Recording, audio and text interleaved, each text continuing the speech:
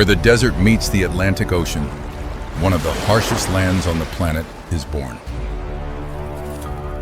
Amid an endless sea of sand, the ghosts of Namibia are following the trail of life. But the destination is always further than expected, and so is the price to be paid. Will the final reward prove worth what must be given up?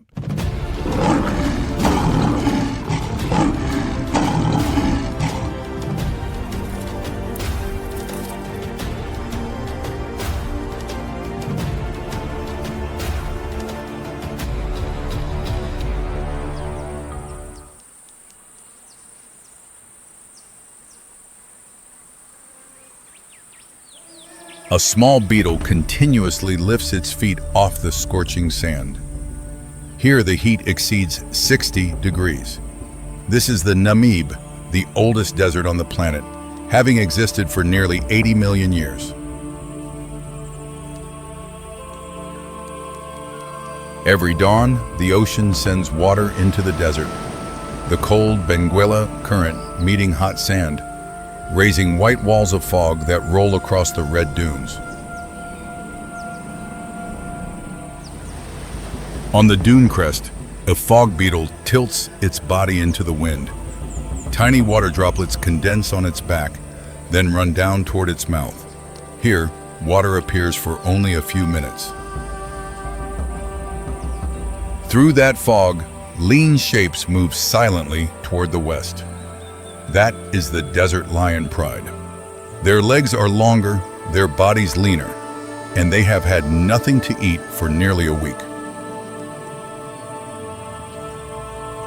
The pride leader goes first. It has crossed this route many times, from dry riverbeds out to where the sand meets the sea. In this land, memory is worth more than strength. As the sun climbs, the fog burns away. The sand heats up steadily. The entire pride follows the dry bed of the Hoanib River. On the surface, there is only white sand, but deep beneath, there is still something they are searching for. Enormous footprints appear in the sand ahead. A desert elephant herd has just passed through. For them, every water point is a memory passed down from generation to generation. Ahead, the oldest cow begins to dig, the hole growing deeper with every scoop. But at the bottom, there is only sand and more sand. The water source that memory has preserved for years has run dry. The elephant cow stands silently at the edge of the hole. Her trunk sweeps the bottom one more time, then stops.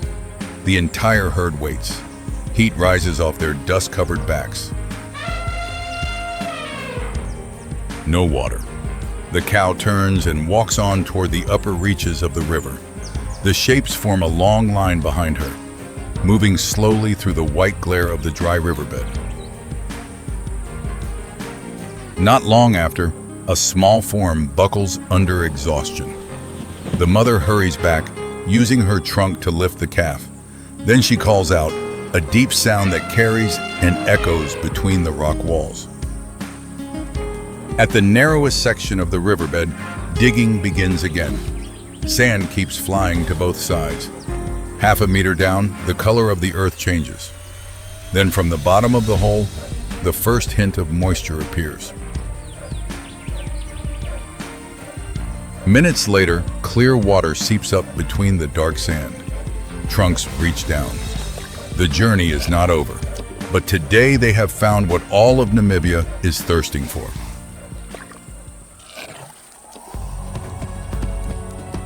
Hartmann's mountain zebras appear along the riverbed.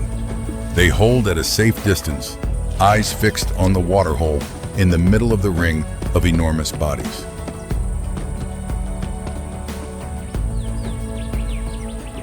In the distance, the lion pride has also arrived. They lie still beneath low trees, waiting for ownership of the ground around the waterhole to change. When the elephant herd disappears around a bend in the river, The small waterhole belongs to those who came after.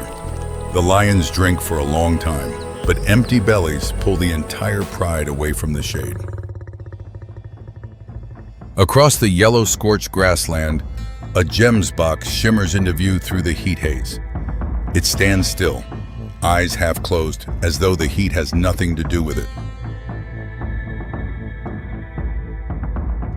A lioness lowers her body and moves closer, step by step, through the low scrub. Ahead, the gemsbok keeps grazing, but its ears rotate continuously, picking up sounds from very far away. A very slight shift in the wind. The oryx suddenly raises its head, ears straight up, eyes wide open. The entire body freezes for a few short beats.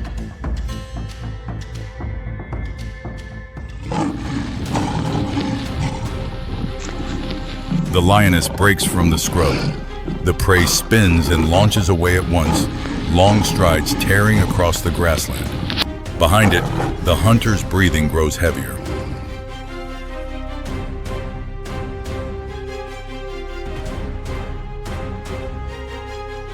The gemsbok stops far away, calmly looking back. What was a chase for it turned out to be nothing more than a light morning exercise. And the lord of the grassland is gasping for air. The lion pride continues west.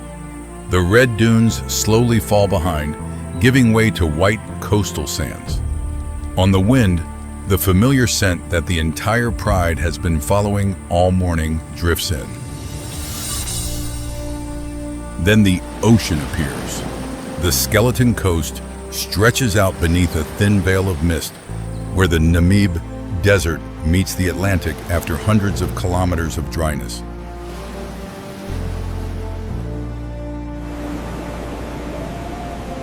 Bleached whale bones lie scattered across the sand.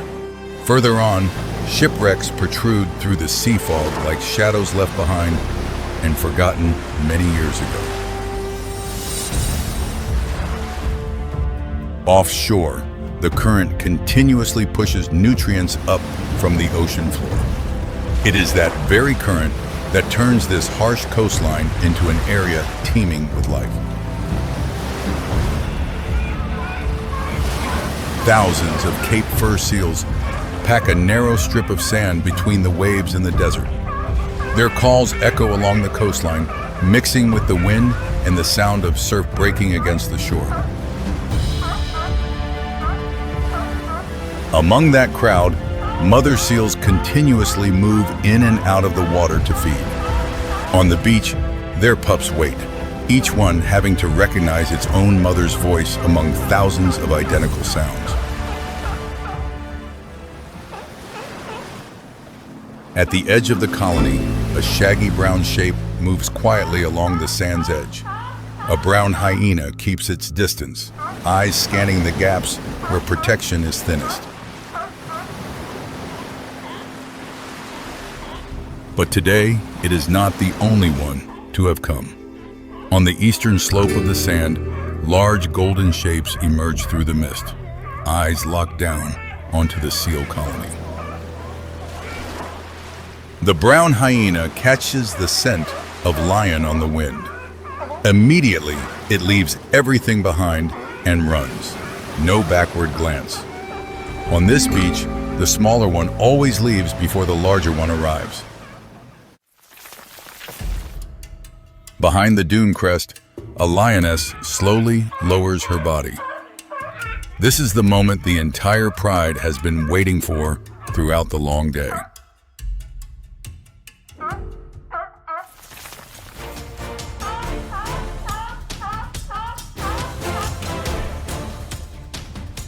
She launches off the dune crest and drives straight down the beach. The entire seal colony plunges simultaneously toward the waves, wet sand spraying up.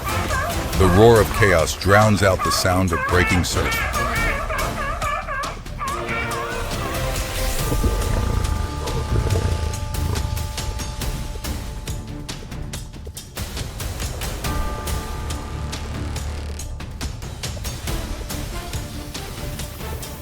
Seal flesh is rich with moisture in a way that no prey of the desert can match. For a species living in one of the most arid places on Earth, it is a resource of almost unbelievable value. As the afternoon fades, the entire pride rises and turns back toward the desert. Their footsteps are entirely different from the morning, firmer, stronger, carrying within them the energy for the long road ahead. They pass the water hole the elephants dug that morning. The water is still there. The zebra herd is drinking. But this time, the lions do not stop. Their thirst was answered long ago. Then the entire pride returns to the familiar sand slope, the place where they lay in hunger and waiting this morning. The same shapes, but no longer the exhausted creatures of dawn. The desert lions of Namibia travel further than any other lions on Earth, because here, water and food never sit in the same place. They are scattered across the desert out to the edge of the sea. Across a land that seems to hold nothing but sand and rock, water has never truly disappeared. It only changes location, conceals itself, and forces every creature to go searching for it. Over millions of years, every species in Namibia has learned its own way of following that precious thing. No path is quite the same as any other.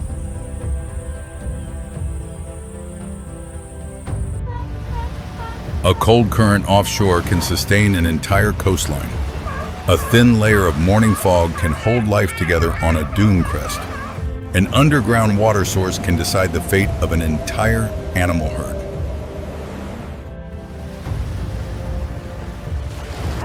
Namibia is where the desert meets the ocean. But more deeply, it is where every journey begins from the same need, to find water.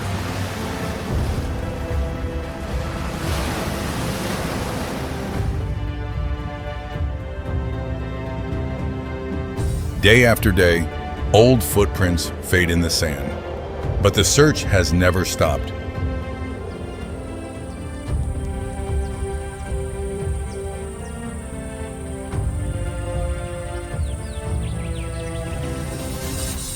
Because in the Namib, survival is not decided by the strongest or the fastest. It is decided by whoever finds water before it is too late.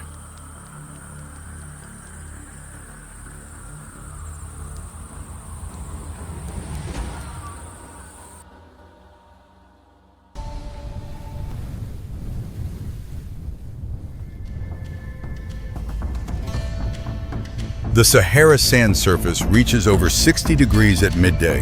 No creature dares venture out, except for tiny silver specks darting about on nimble legs. Those are silver ants, appearing only when the desert is at its most brutal. When every predator has retreated beneath the sand, they begin their brief race against time. Within just a few minutes, they sweep up every insect carcass on the surface, then vanish back into the earth. The desert surface is bare under the sun again, not a movement.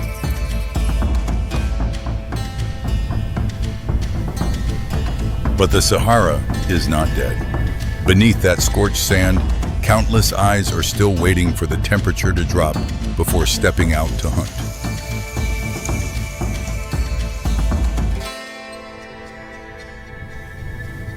Under a dune, inside a burrow far cooler than the surface, a creature waits for the heat to recede.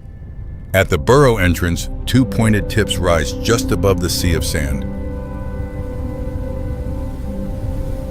The smallest fox in the world, the fennec carries the largest ears of any canine, catching the faintest sounds while helping the body shed heat. When the afternoon sun softens, it slowly opens its eyes. The ears turn slowly, listening for any movement, while the nose continuously tests the wind for news carried from far away. Finding the area around the burrow still quiet, it steps outside. The thick fur beneath its paws insulates the body from the residual heat still rising from the ground. The fox moves along the slope of a dune in the cooling afternoon light. Both ears keep shifting direction, filtering for faint sounds rising from beneath the sand. Suddenly, it stops. Both ears point to the same spot ahead, where a scorpion is digging through the shallow sand below.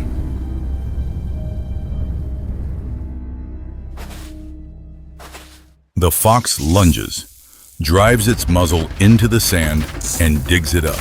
Seconds later, the scorpion is flung out. One bite behind the tail neutralizes the stinger.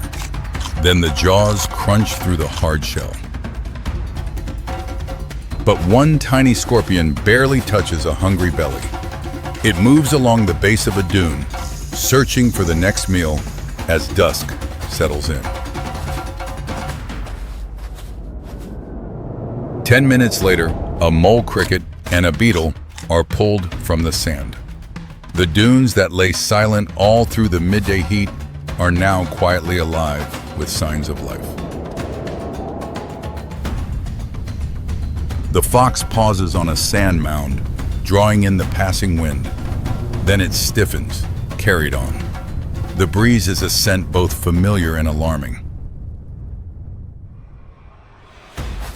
About 300 meters away, a gray shape is moving steadily along a dune ridge. It is a striped hyena, one of the Sahara's most well-known opportunistic scavengers. Not as fast as the spotted hyena, but carrying an exceptionally sensitive nose. And right now, that nose has just caught the scent of the small fox. Now it is a contest of two senses across the desert wind. One listening for footsteps, the other tracking by scent. And both know the other is closing in. Instead of fleeing, the fox chooses to hide right in front of its enemy. It presses its body as flat as it can, ears pinned back, its sand-colored coat quickly dissolving into the desert surface. The hyena follows the scent trail. The distance keeps narrowing, but ahead there is nothing but sand and more sand. The nose says the prey is right here. The eyes see nothing. The hyena is now just 50 meters away. Then a scorpion crawls past right against the fox's muzzle. The unexpected contact makes it flinch. Both ears lift off the sand surface. That alone is enough to break the camouflage. The hyena snaps its head around. What its nose had been tracking has just appeared right before its eyes. The footsteps immediately quicken. The fox springs upright and bolts down the slope of the dune, its small light body moving as though skimming across the surface. Behind it, the hyena gives chase. Heavier, each stride sinking deeper with every step. The pursuit stretches across one dune slope after another. The fox keeps changing direction. Its compact body makes each turn easy, while the hyena has to recover its momentum after every swerve. The gap gradually widens. The desert does not favor the larger or the stronger. It favors whoever is best adapted to the sand underfoot. But the hyena does not give up. Hunger makes it more stubborn than usual. A fox, however small, is a meal worth expending effort for on the sand. By the third minute, the fox's breathing is coming in rapid bursts. The small body is heating up, every breath carrying away a little more of its precious limited moisture. Worse, across the open sandfield, there is nowhere dense enough to hide. The fox has no choice but to keep running, while the hyena presses closer with every stride. Each lunge just about to close on it. And the direction changes have slowed. The distance shrinks with every beat. For the first time, the hyena sees the prey within reach. Just as the pursuit is about to be decided, an enormous shadow suddenly sweeps across the sand, and a third hunter has entered the game.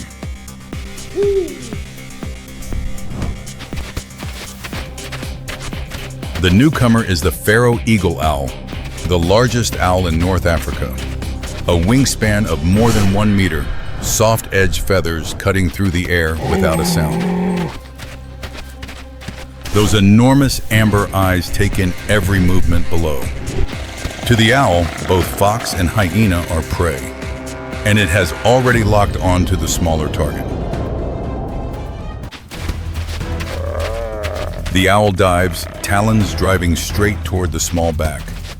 But the fox's ears catch the faintest sound of displaced air.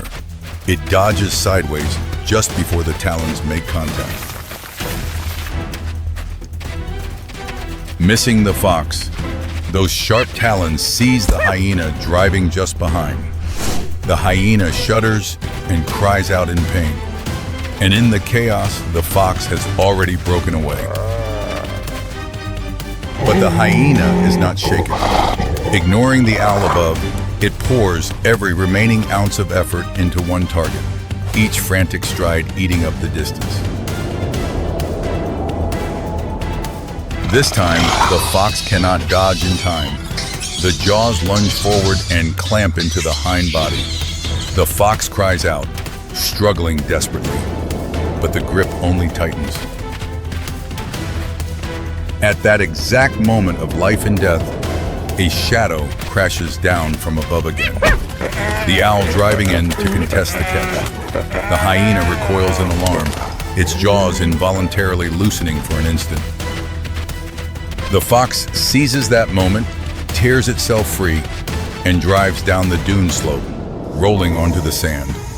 Reaching the base of the dune, it trembles into the shelter of a sand mound and goes completely still. Above, the hyena is still searching, but the pursuit has cost too much. After a few futile sniffs at the wind, it finally turns and leaves with nothing. The fox stays motionless, not daring to stir, until its ears can no longer pick up a single footfall. Only then does it slowly raise its head, eyes darting across the sand in every direction. The fox steps out of hiding, exhausted and parched.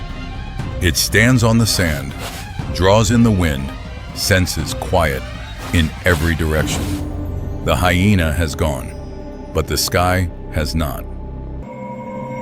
Because the Pharaoh eagle owl does not give up as easily as the hyena. It has been perched on a rock outcrop nearby, amber eyes locked onto the fox's hiding spot, waiting for exactly this moment.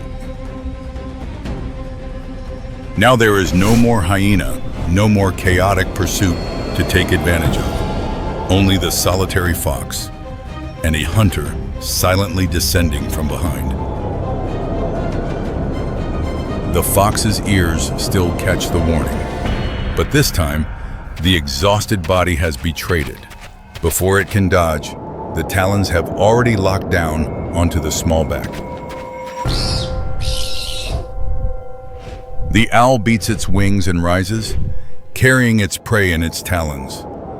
The hyena trudges away with an empty belly, and the fox remains in the sand forever.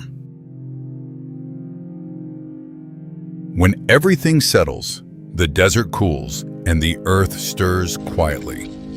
From beneath the layers of sand, small creatures emerge one by one, resuming the familiar rhythm of life. In this place, there is no absolute victory. The hyena spent itself and came away with nothing. The fox escaped one threat only to fall to another. And the final share always belongs to the one that knows how to wait. Tomorrow morning, when the first ray of light touches the sand, another fox will push its ears above the burrow entrance. It too will dart out, hunt for food, and begin the same cycle of hunting in a new day. That is the largest desert on the planet, where life has never been something to take for granted. Here, surviving one more day is already a victory.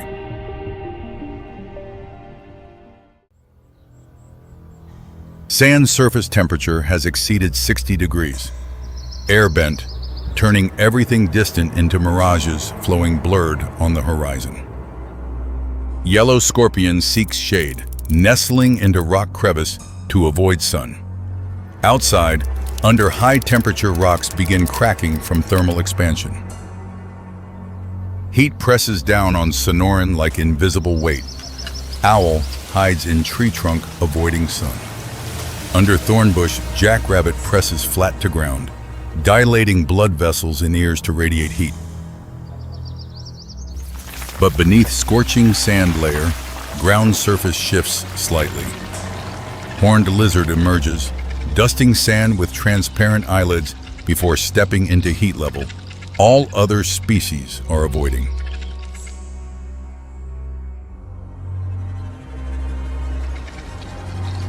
It possesses osteoderm armor layer, helping adapt to harsh heat. Red ants crawl across nose and head spikes, while its body not yet warm enough to react. Tongue flicks out extremely fast, rolling up each ant, then swallowing whole. On dessert, energy-conserving hunting strategy, more important than pursuit speed. Horned lizard walks, and at cholla bush edge, another movement appears. Small burrow entrance stirs. Two long whiskers poke out, sensing ground vibrations. Desert mouse stands motionless before burrow entrance, only ears continuously rotating, detecting sounds. After seconds of vigilance, it finally steps into dangerous open space. Long hind legs help it leap far and change direction instantly. It dashes between mesquite bushes, exposing itself on bare sand surface.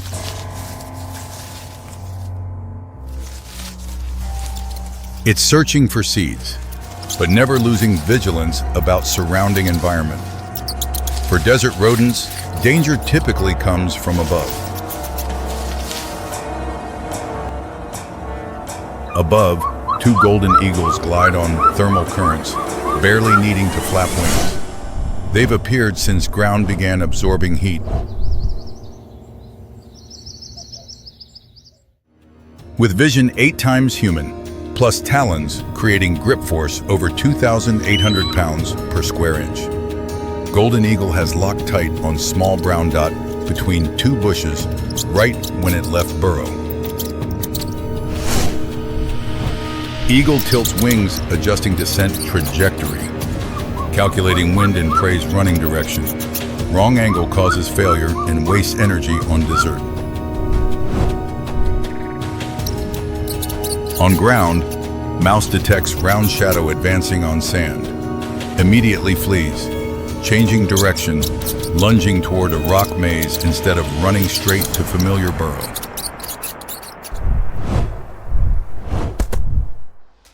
Eagle talons stab into sand where mouse just stood.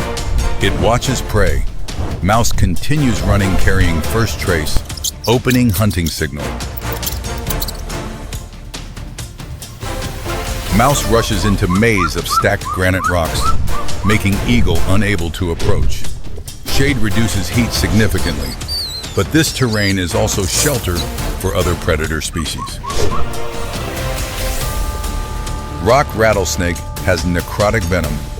Thanks to heat pit, it detects mouse through very small temperature difference before seeing and begins rattling tail.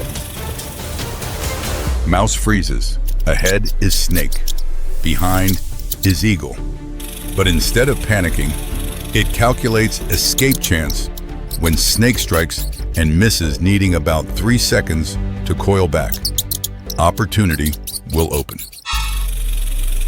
Mouse creates vibration, stimulating snake to strike first. When strike lunges forward, it leaps sideways, then passes through narrow gap in very short time. Right then, eagle lunges into rock gap following mouse direction. Large movement brings it into defense reflex range of agitated snake.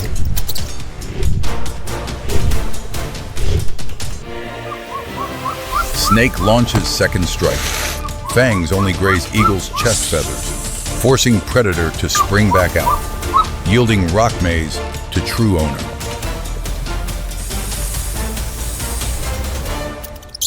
Mouse escapes maze from west side. It breathes heavily, legs beginning to feel heavy. Ahead is bare sand plain, but behind is pursuing eagle. Two eagles coordinate above. One forces direction, the other waits ready at strike angle, creating pincer position, leading mouse right into attack trajectory. Cactus branch makes it slip slightly, but it still struggles to keep running, driven into talon range, diving down from about 30 meters height. Just as the talons were about to make contact, the mouse spotted the hollow skull. Its hind legs kicked off, and it changed direction, diving straight in and vanishing as the talons snapped shut over the top of the cranium. The skull creates a natural shelter. The narrow eye sockets prevent the eagle's beak from reaching deep inside, while the bone layer keeps the temperature significantly lower than the open sand. Eagle perches on skull, continuously pecking into open gaps, but mouse still lies deep inside skull cavity. Tug of war between desert's strongest and hollow skull begins. 5 minutes. Sun scorches sand surface, but skull remains cool thanks to heat reflection and light convection. Meanwhile, eagle must continuously shift feet to force mouse to run out. After 10 minutes, one perched on cactus begins losing patience, scanning for other targets, while the other pecks one last time, but still powerless before skull. Finally, eagles fly away in turn, abandoning energy-draining hunt, leaving skull in desert midst with mouse still alive inside. Mouse pokes whiskers from eye socket checking vibrations and shadows on sand, then crawls out, dusts sand from fur, and runs to nearest burrow. Escape ends. By reflexes faster than eagle talons, body twist making snake miss strike, and a hollow skull lying right where no one expected.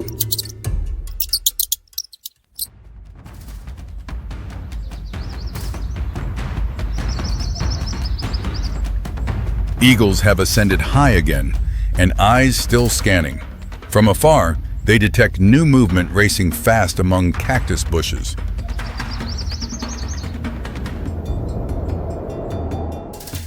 Zebra-tailed lizard, running at 30 kilometers per hour speed, black-white stripes bobbing. Being pursued by collared lizard, specialist eating smaller kindred, chasing behind. Collared lizard, with large head and powerful jaw force, completely focused on prey ahead, not at all recognizing predator shadow marked on sand. Zebra-tailed lizard dives underground. Pursuer behind stops in open area. It halts observing but doesn't see prey anywhere.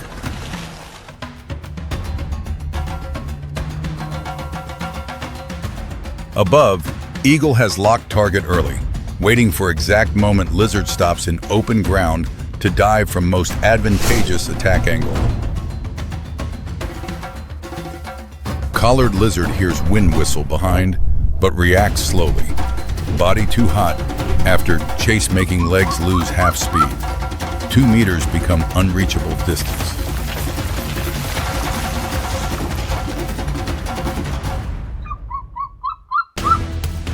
Eagle talons clamp tight around lizard body and lift it from sand surface. Amid open space, with no rock gaps or shelter, all escape chances vanish.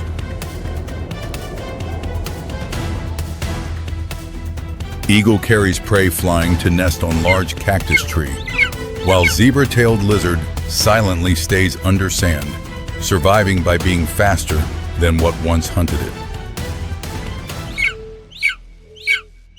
Eagle perches on cactus tree feeding its young. Lost small mouse but gained larger prey instead. Enough one meal for its offspring. Desert food chain continues operating. Seeds feed mouse, insects feed lizard, lizard feeds eagle. Then decomposing carcass returns nutrients to soil and plants. Horned lizard lies pressed on warm rock after eating enough ants. Bone armor layer protects body, while blood squirting ability helps drive away many predator species. In cool burrow, mouse is moving, thanks to extremely efficient water concentrating kidney system, helping it live almost without needing to drink water amid arid desert. Rattlesnake still coiled. Slow metabolism helps it fast many days, waiting for temperature to drop, then begins night hunting with heat pit.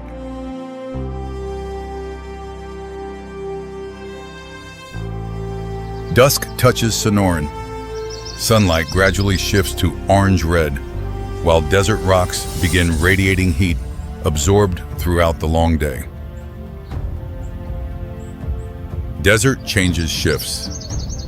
Horned lizard prepares to bury itself in sand. Eagle stops hunting.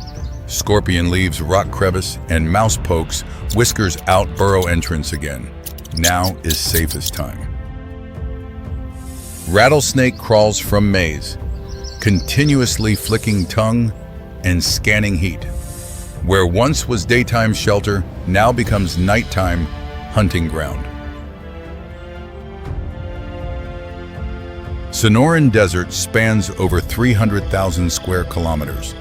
With extreme temperature range, creatures here must adapt to daytime heat or nighttime cold to survive. Each species carries unique survival strategy, but all adaptations have limits. No one is perfect, only the most suitable.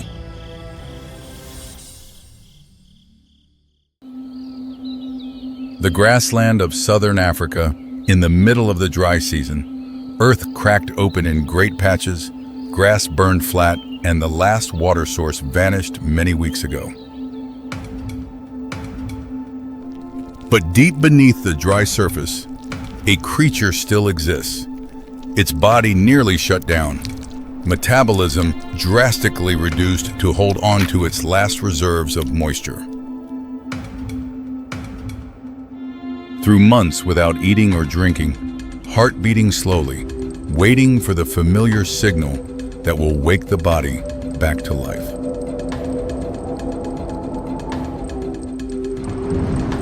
The sky to the west begins to darken, black clouds rolling low and carrying a damp wind. Then the first drops of rain fall onto the dry earth and seep into the cracks. The rain grows heavier, softening the parched soil, water pooling in small patches across the cracked surface, carrying moisture and new vitality to the arid land. Then the earth stirs. A crack widens, mud bursts upward, and from below, a large head with amber eyes slowly rises after months of concealment. The African bullfrog has a body as dense as a mass of muscle sunk in mud, jaws occupying nearly half its head, lined with small spike-like teeth. Once prey has entered, there is no escape. A body not built for running, it only needs to lie still and wait for prey to come to it. And after months of starvation, the hunting instinct rises back with full force. Small insects crawl across the wet mud. Another bullfrog lies watching the ground, its body blending almost completely into the mud color.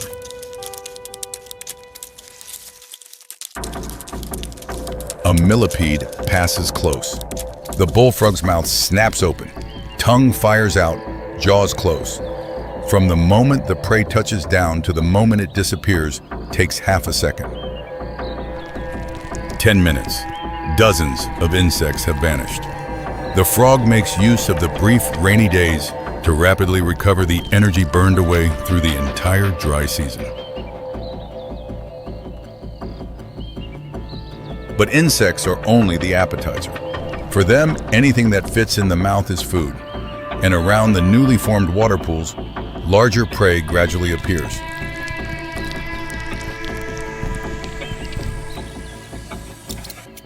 A field mouse steps out from the wet grass, searching for seeds along the water's edge, nose down low, completely unaware that death is waiting just ahead.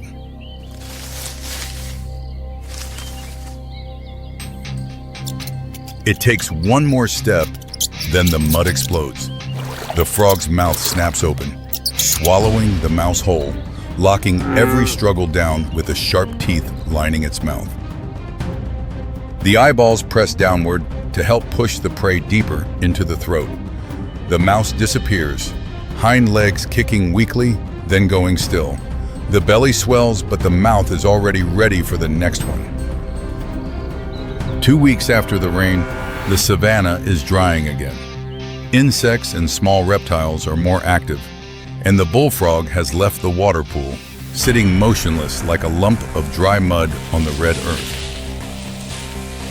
A small snake slides past, just 20 centimeters away, tongue flickering, head raised to probe the environment. It is still too small to recognize the danger directly in front of it.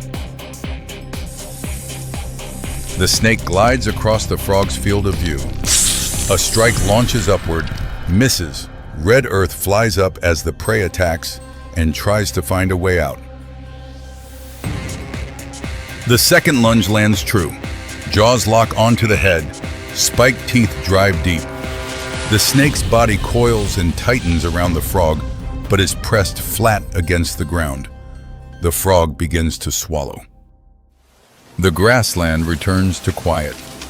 The frog, lying still under the warm sun, belly rounded and full, beginning the slow process of digestion after a series of heavy meals under the sunlight slowly returning. The rainy season brings not only food, but the opportunity to breed, when all activity must happen quickly before the last drop of water disappears.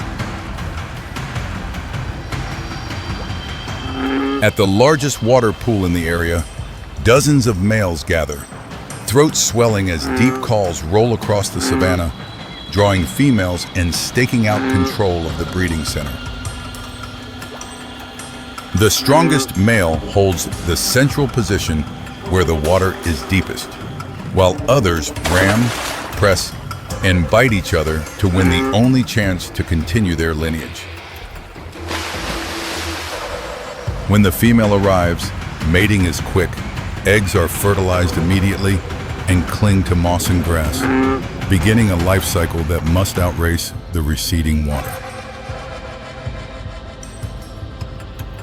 Tadpoles hatch, thousands of tiny bodies swimming frantically in the warming pool, eating algae and each other to grow, because their life cycle is shorter than the pool sustaining them.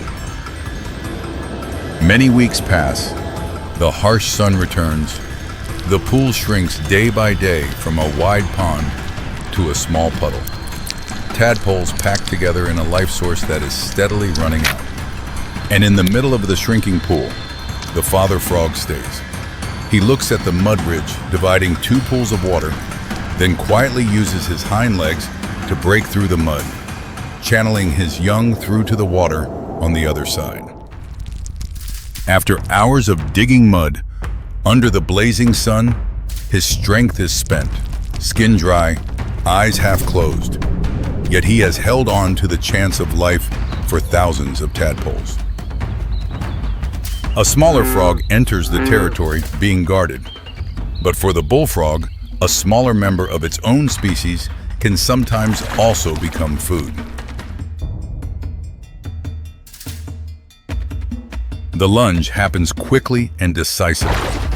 As the dry season turns back, the instinct to protect and the instinct to hunt exist within the same body.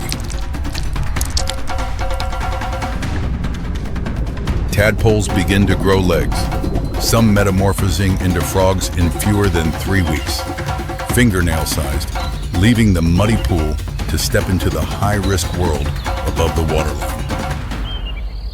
But the moment they reach the bank, the young frogs face hunting birds, snakes around the water's edge, and other adult frogs, because when hungry, this species does not distinguish its own kind. Most do not survive the first week. Of thousands of eggs, only a few will still be alive by the following rainy season. But those that remain will grow into monsters like their father. The pool has dried completely. The last tadpoles have left, and the father frog gazes silently at the empty patch of earth, sitting at the edge of dry mud, sensing the heat of the dry season slowly returning. Then the old instinct wakes. It begins to dig, hind legs driving hard, body sinking gradually into the hardening mud, preparing for the next long sleep. Mud slowly covers the back, the head, then both eyes, leaving behind a water-retaining membrane that gradually encases the body like a survival cocoon for the dry months ahead.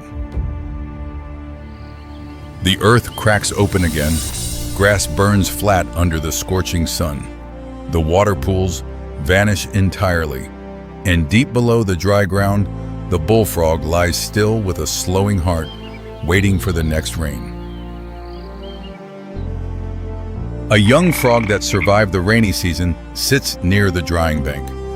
No larger than a coin, it has just caught its first ant. Life starts here.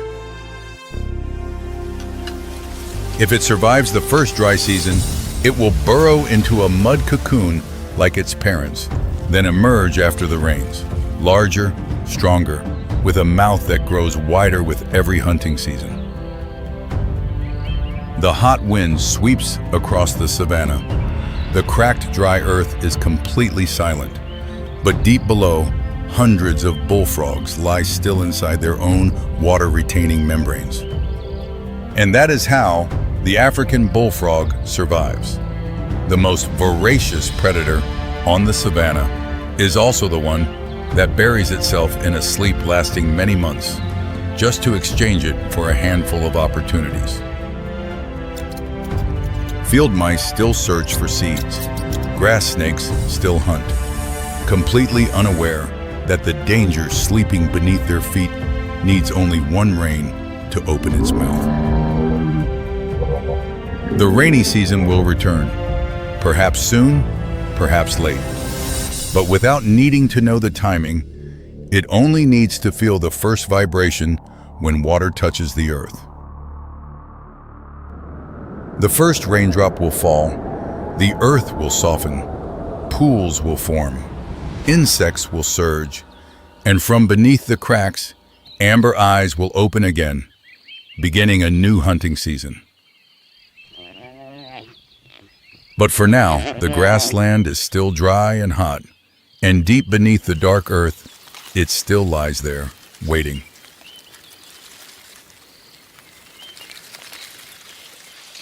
The ground trembles faintly. Not rain yet, only wind moving through the grass. But sooner or later, the water will return, and it will be here when that happens. Through the still water blanketing the surface of the marsh, where the light of dawn barely touches a few inches of the waterline, a sound of heavy breathing rises from the reeds. It is not the sound of fish breaking the surface, nor the wind moving through the grass. It is the breath of a creature, watching your every move. Okavango does not welcome you. It tests you, and whoever hesitates will not have time to understand where they went wrong.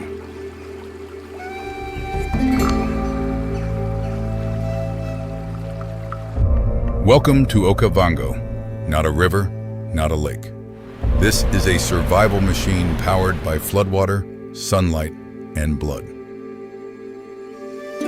A place where every flood season is a rebirth, and every nightfall is a survival contest that no one is allowed to lose.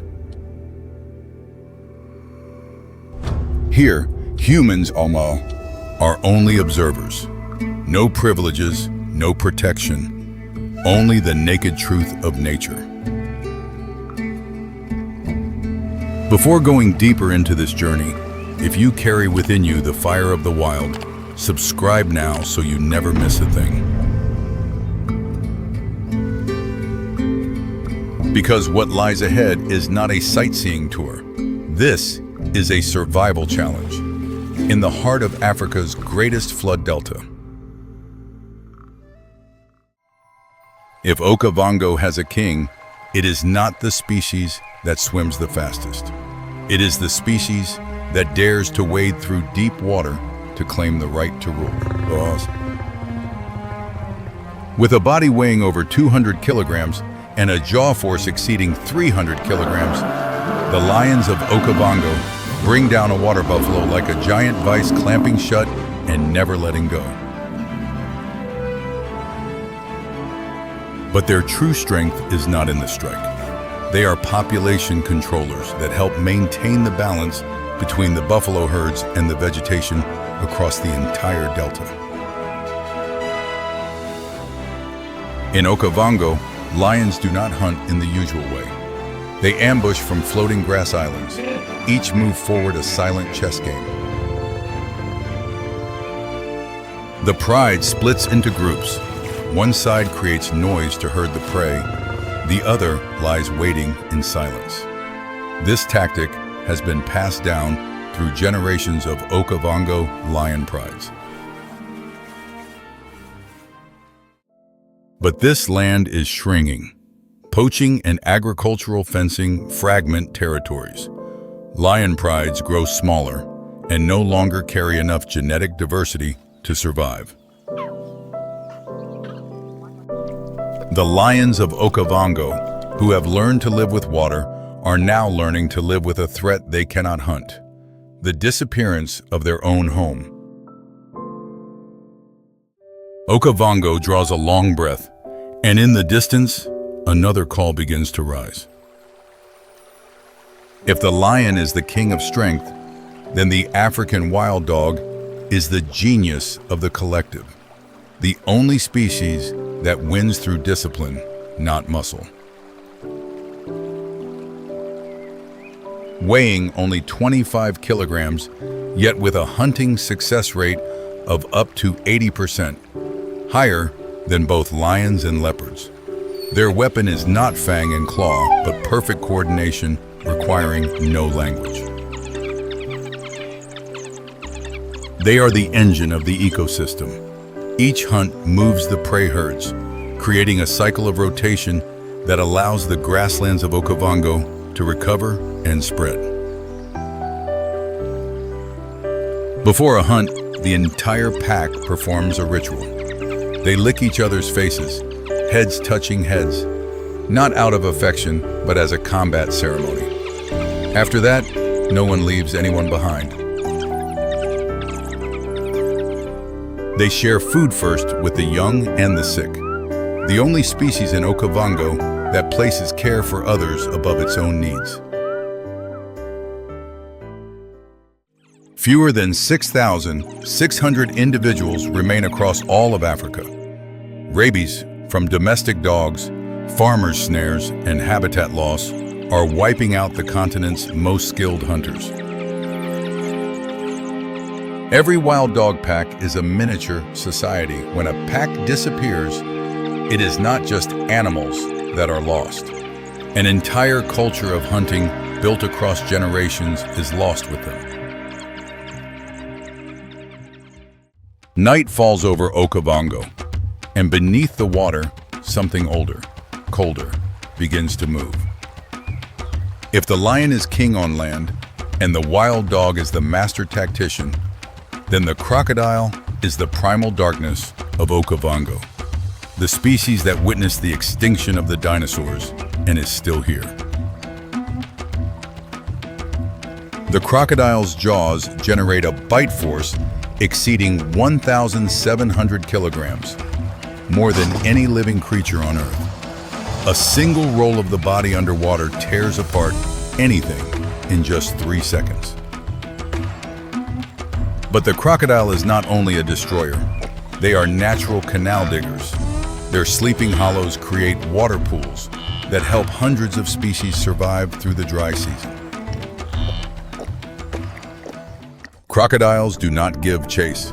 They wait, sometimes for hours, even days, until the prey steps close enough that no escape remains.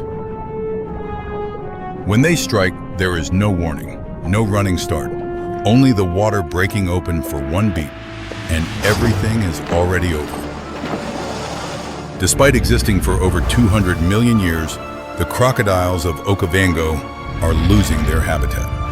Water pollution and agricultural land conversion are shrinking the living space of the oldest surviving reptile on Earth.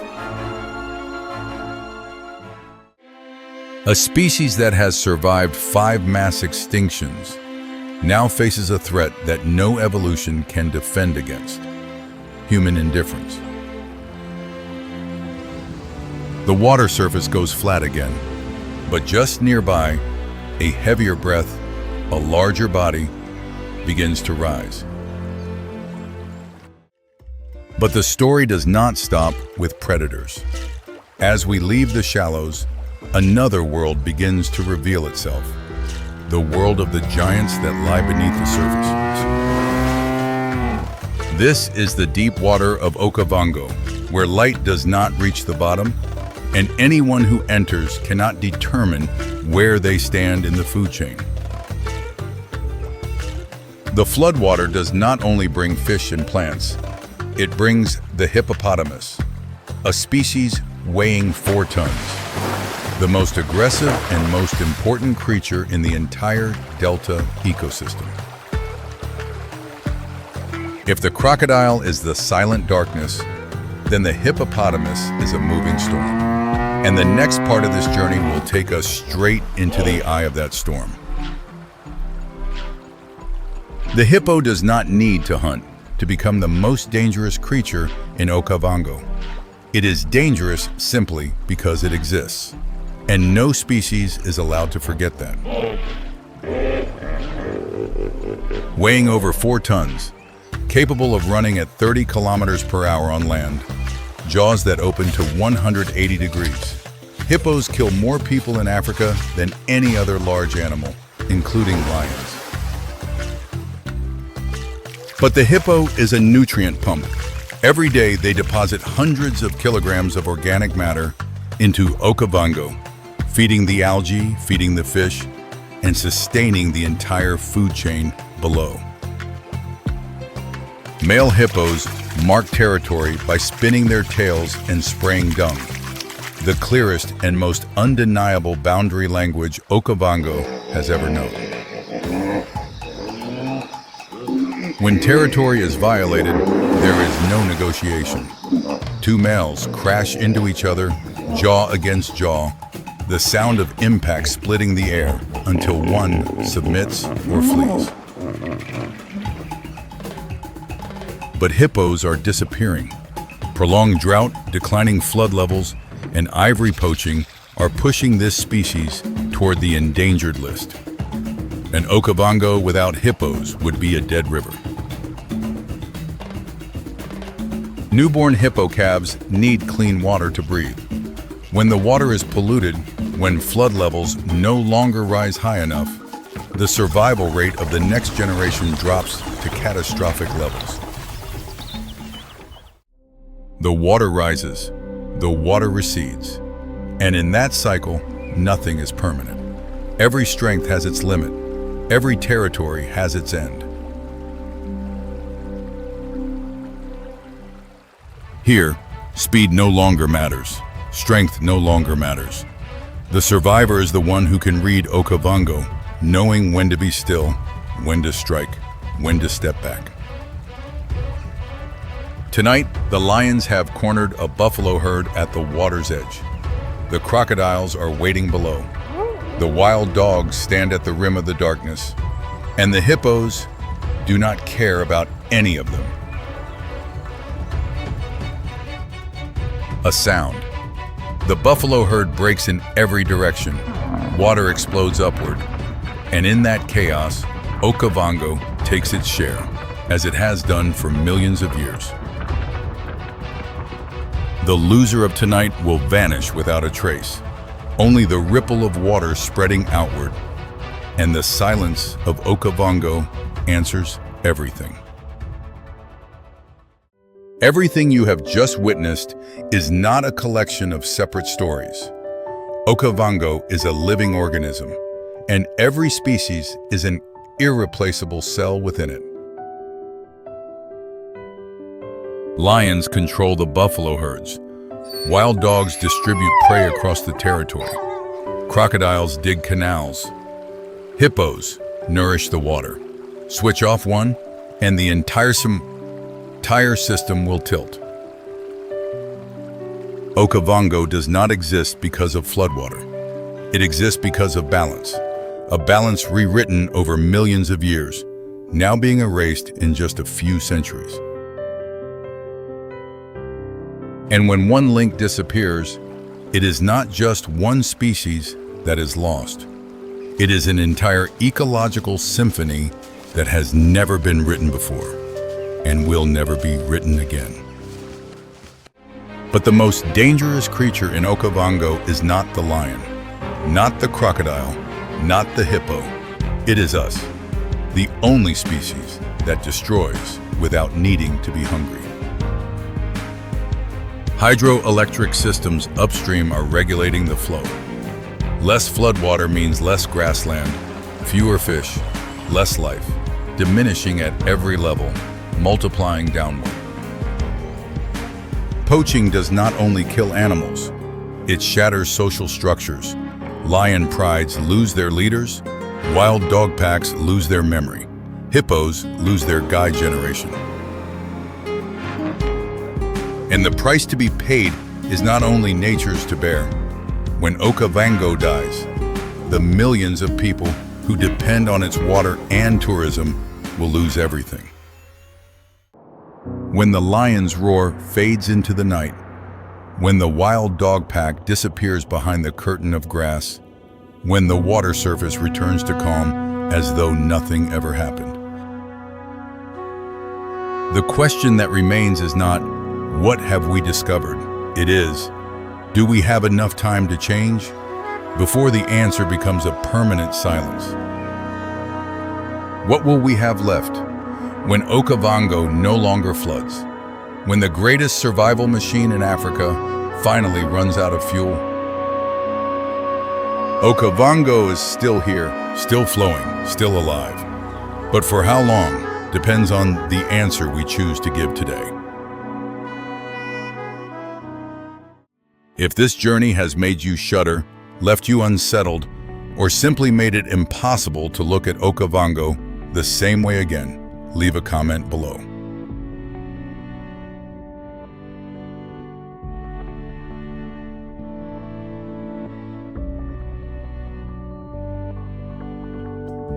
And until next time, at the next brutal survival arenas, where nature does not ask if you are ready,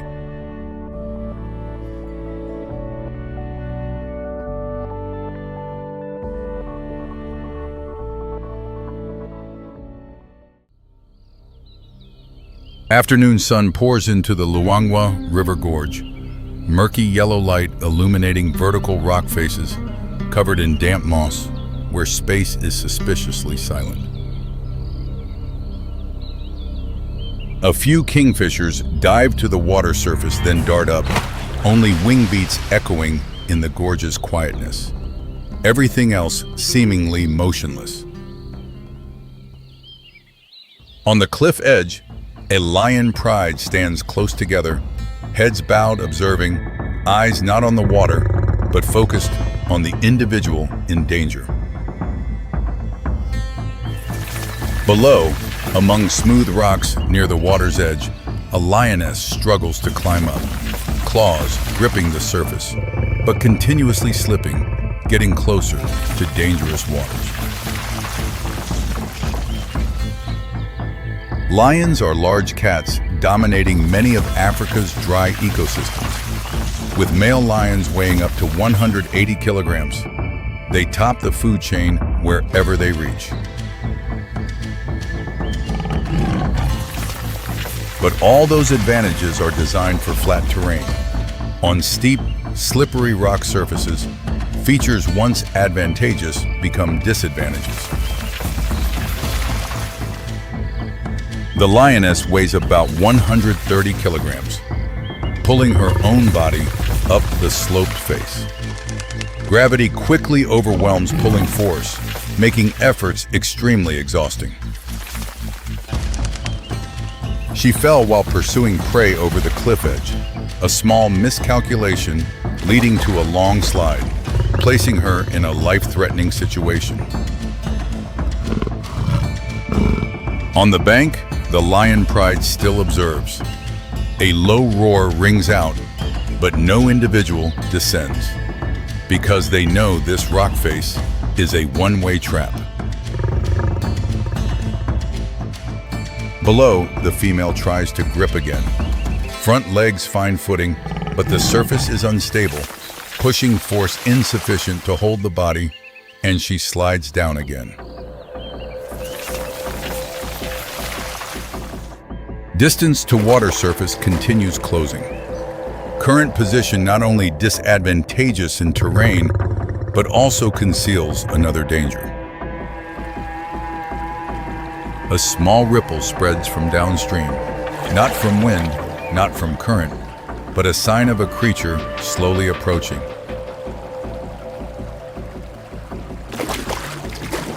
The lioness recognizes immediately. Eyes lock onto two black points floating on water surface. Alarm, instinct activates.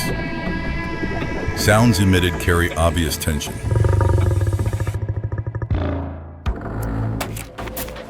Two black points motionless like rotten logs gradually surfacing, but hidden below is a 4-meter body.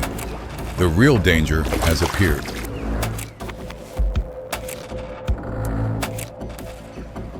And it didn't come alone. Ripples appear from different directions, all heading toward the same point, the cliff base where the lion clings.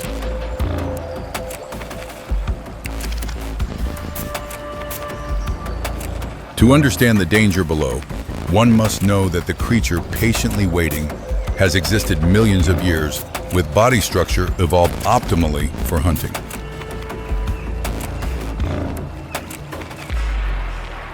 Nile crocodiles reach 5 meters long and weigh over 700 kilograms, and possess bite force among the strongest of animals still existing on Earth.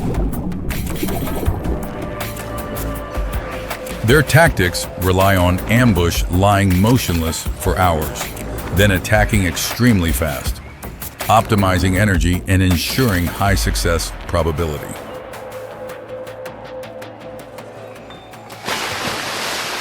After locking jaws, crocodiles drag prey underwater and perform the death roll, inflicting serious damage, and prey quickly loses resistance capability.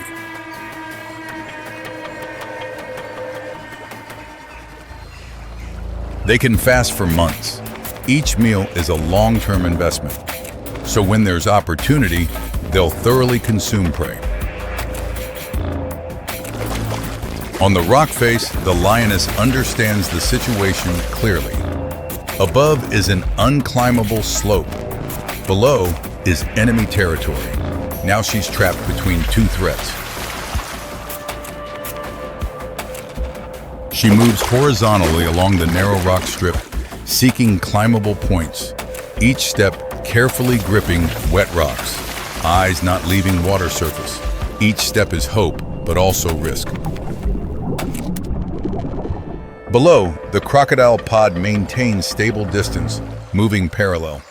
They're not rushing to approach, only maintaining position and waiting for more favorable conditions. The lion discovers a lower section of cliff, but must cross a 2-meter wide shallow water stretch, a short distance, but full of risk. She suddenly lunges the mound, racing quickly across the water. And in the same moment, a crocodile surges up. Jaws snap shut right where she just been left, only 1 beat late. The lion grips rocks on the other side, struggling to pull herself up. The crocodile watches from behind underwater. This time escaped, but terrain on this side still slippery and steep, no easier at all. She continues climbing short sections, then sliding down again. Each time losing momentum, position gets closer to water surface, and safe distance gradually closes. The third slip makes hind legs touch water. The lion flinches, jumping back up, but too late. A crocodile lunges, jaws reaching for hind legs. The lion roars, concentrates force on front legs as anchor points. Shoulder muscles tense, resisting overwhelming pulling force from water surface. The struggle increasingly intense. The crocodile bites and slips. The lion escapes. The lion springs onto the rock strip, breathing heavily, while the crocodile sinks, carrying anger. The lion gradually tires and cannot stay in one place long. For crocodiles, that's a signal. They adjust positions, tighten encirclement, distance only, meters remaining. The lioness has no choice left. Cannot climb up, cannot stay. Survival space shrinks by the minute.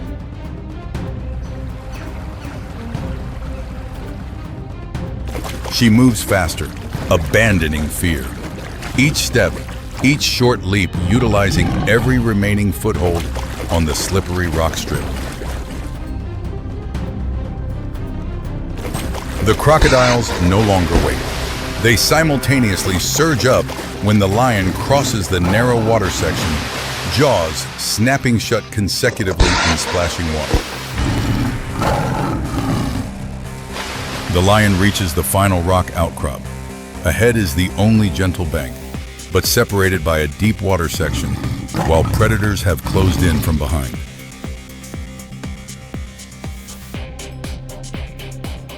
She looks at the shore, looks at the water surface, then looks at 3 shadows closing in and jumps down. 4 legs touch water. The lion begins swimming as fast as possible toward shore. Distance, gradually from shore, legs still touching bottom.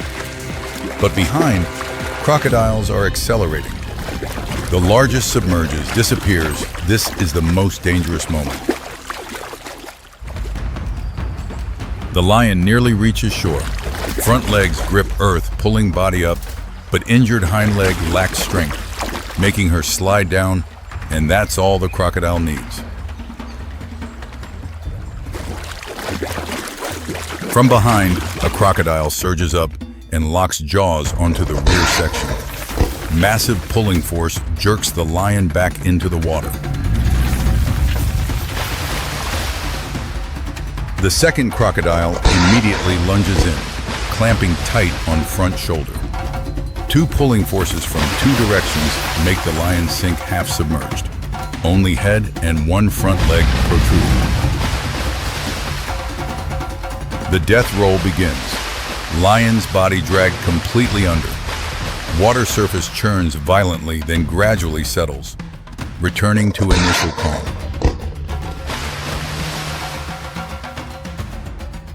Water surface returns to stillness. No more sounds or movement, only a few small ripples fading on the surface. The grassland ruler has sunk from here. Above, the lion pride stands silent. Calling sounds echo down, no response. Only wind blowing through the gorge echoes back. After several tries, they fall silent. After a few minutes, one by one, leaves the cliff edge. They leave without looking back. On the plains, prolonging loss is also putting oneself at risk.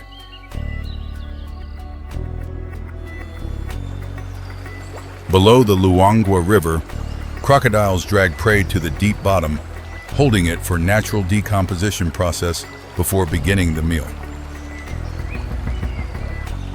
Nile crocodiles can fast for months, and today's meal is a 130-kilogram lioness, enough to feed them for many weeks.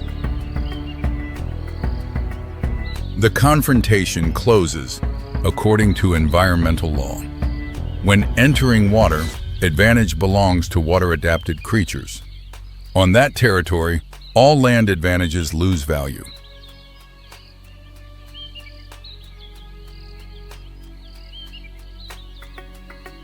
The lion pride loses a member. Movement rhythm and behavior will change in following days, reflecting adjustment to risk.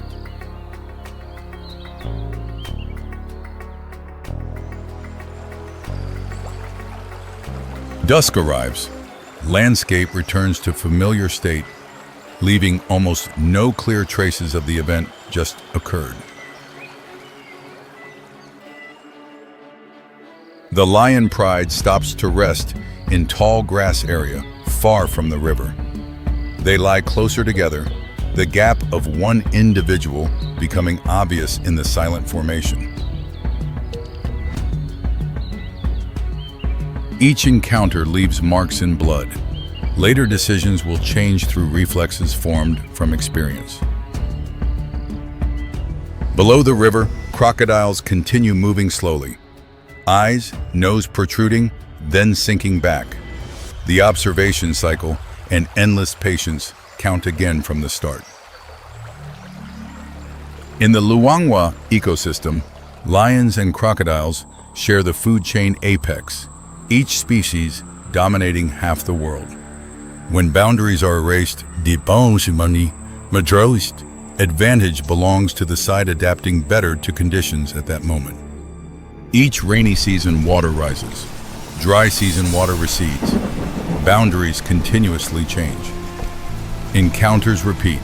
No permanent winner, only temporary adaptation. Today's lioness didn't fail from lack of strength. On land, she's the ruler. But when conditions change, mass and body structure itself become disadvantages.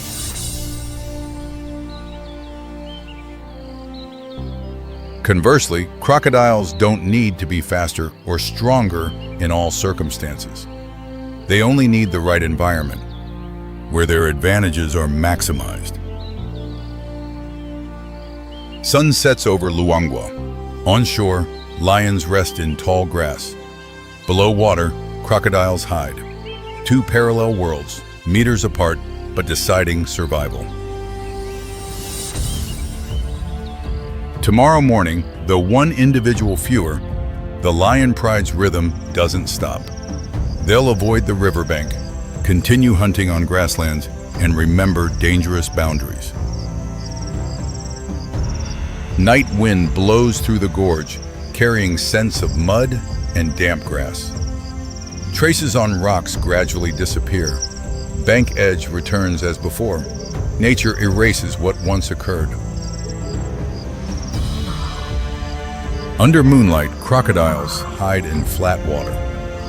In a world where mistakes mean endings, silence sometimes is the sign of danger itself.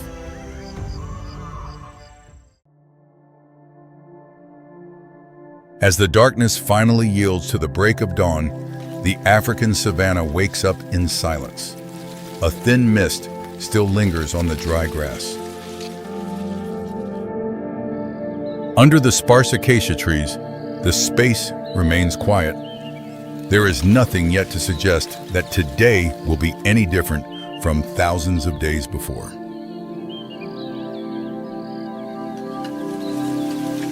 From the bushes, a pair of golden eyes opens. Though not yet moving, the body is already in a state of readiness, not because of danger, but because of instinct. This is a land where every species participates in a common game. No rules are written, but everyone understands their boundaries.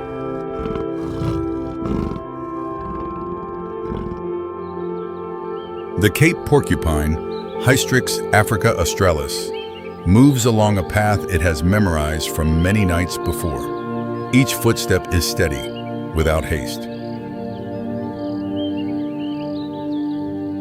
A layer of quills covering from neck to tail reaches up to 30 centimeters long. They are not for attacking, but a defense system formed through tens of millions of years of evolution.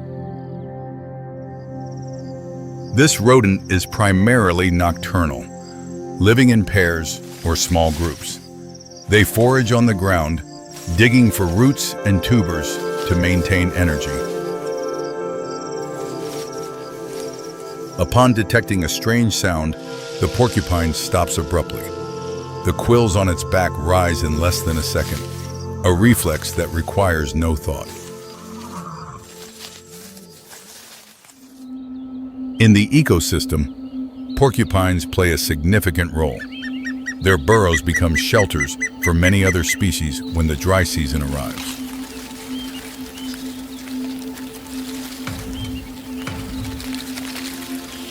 It emerges from the burrow, lifting its head. The air carries a strange scent. Something in the distance is shifting that only its nose can perceive. Not far away, under the acacia canopy, a young individual watches. Less than 2 years old, it is making its first independent hunting decision, marking the transition from dependence to self-reliance.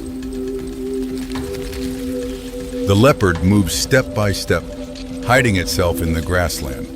The savanna does not know that a script is about to unfold, and no one can predict the outcome.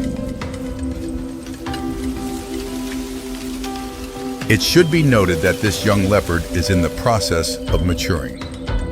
All its skills need to be honed through experience, sometimes at the cost of pain. The leopard, Africa's most versatile solitary predator, capable of climbing trees, swimming, and adapting to almost any environment. This leopard lacks enough experience to distinguish familiar prey from prey that carries potential risks. It looks at the porcupine and sees only an opportunity. Each porcupine quill is a hollow keratin fiber, sharp and featuring backward-facing barbs. Once embedded in soft tissue, they pull themselves deeper with every movement of the victim. The leopard has speed, strength, and claws. The porcupine has an armor that cannot be pierced by conventional approaches. This is a match where strategy is more important than strength. The porcupine continues to move, unaware of the approaching danger. But instinct begins to register signals. The pace slows. The head tilts slightly.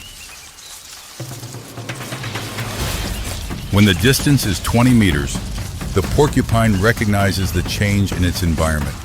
It bristles its quills and runs toward the grass thicket ahead.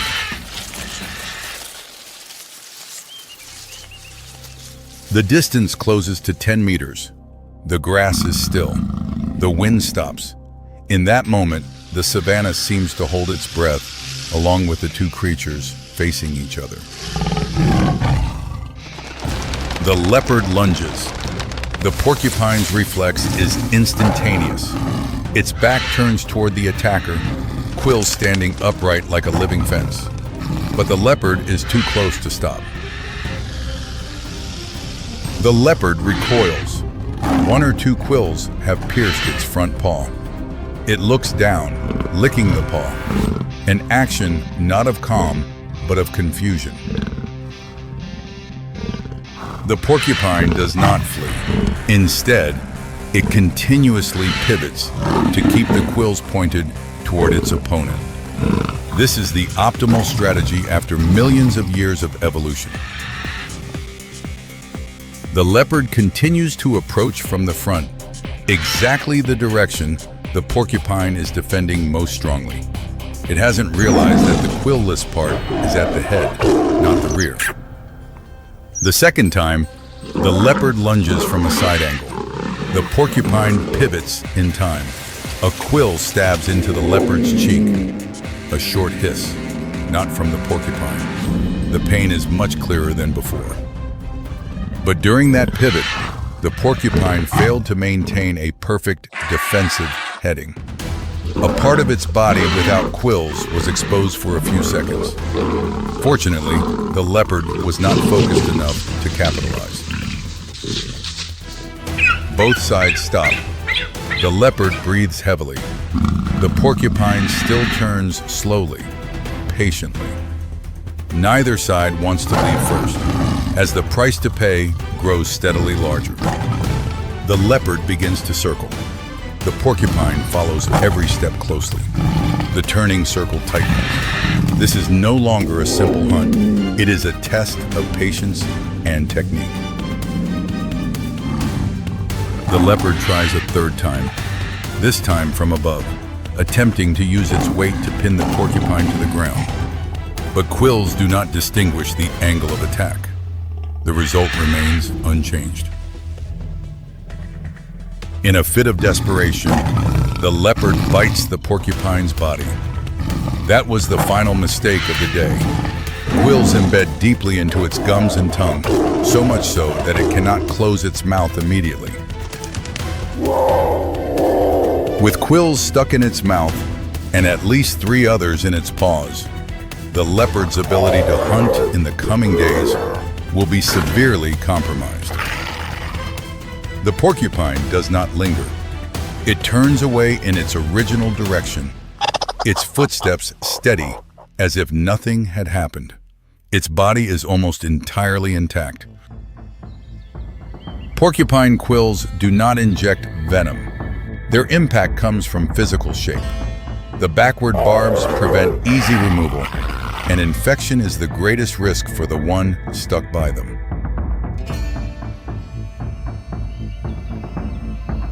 The young leopard will carry those quills for many days.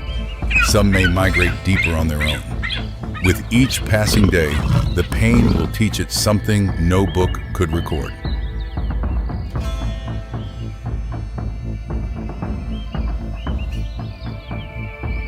In nature, predators learn through failure just as much as through success.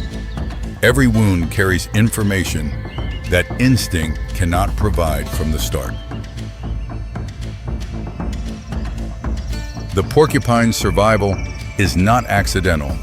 It is the result of long-term natural selection, optimizing a defense mechanism without needing to actively attack. After a few days, the leopard recovers and begins a new hunt. But every time it encounters a porcupine, it remembers that battle, making it reluctant to attack.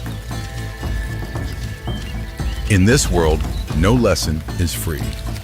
The remaining question, will today's lesson be enough to change future decisions?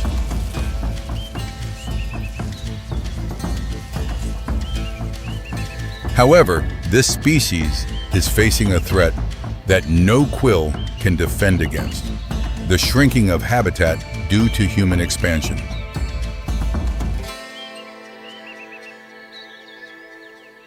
The distribution range of the African porcupine has narrowed over several decades.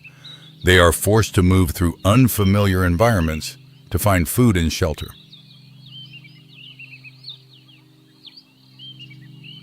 For the leopard, the threat is similar. Both species are adjusting their behavior in a world changing faster than evolution can keep up. What happened between the leopard and the porcupine is part of a continuous chain of lessons. Nature does not teach with words. it teaches through consequences. Both species will continue to exist in their own ways. One with perfect defensive armor, the other with a painful memory newly acquired. The savanna remains the same. Nothing changes in the big picture, but at an individual level, both leave with new knowledge learned from pain.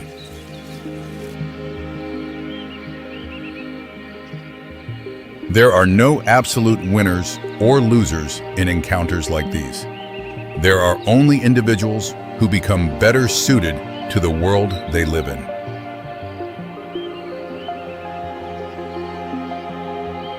The porcupine keeps moving. The leopard will try again with a different strategy and different prey. The savanna does not judge. It only records.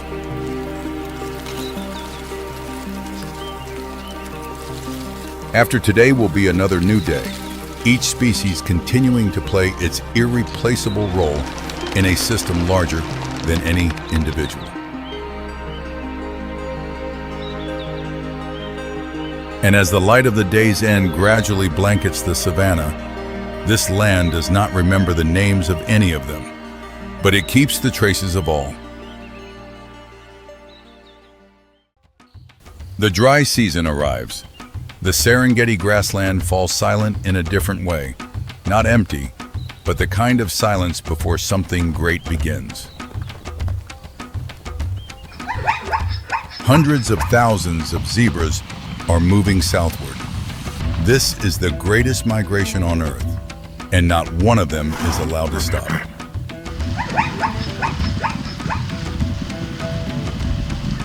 Among the herd, calves just a few weeks old move along.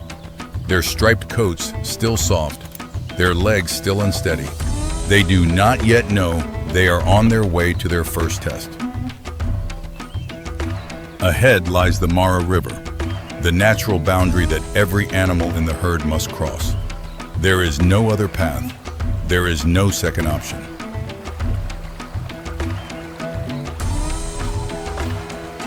The zebra is Africa's largest seasonal migrant, traveling thousands of kilometers each year in search of new, nutrient-rich grasslands.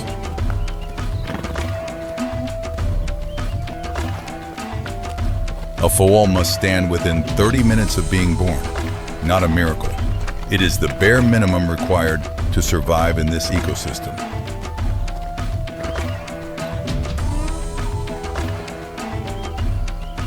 It stays close to its mother with every step, a behavior known as shadowing.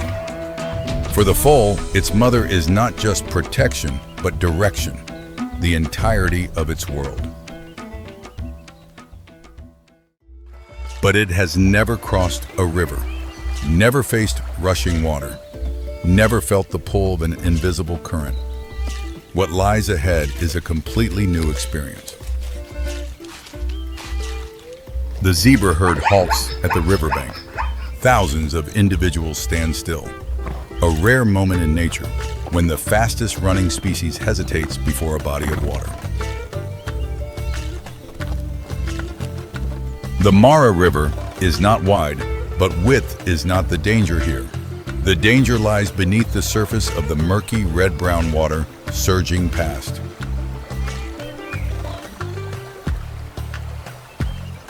Below the surface, Nile crocodiles have been waiting since before the zebra herd arrived.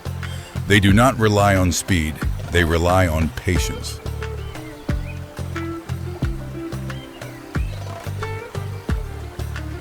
A fully grown adult can weigh between 500 and 750 kilograms.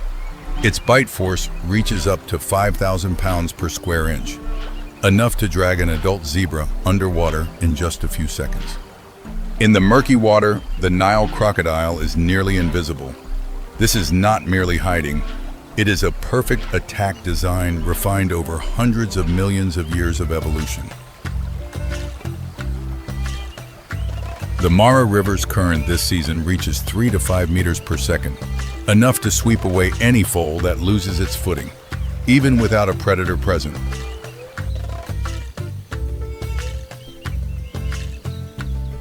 The riverbed is covered in slippery rocks. One misplaced step is all it takes. The current and the rocky bottom are the first threats the foal must face before the crocodiles. The lead animal steps into the water.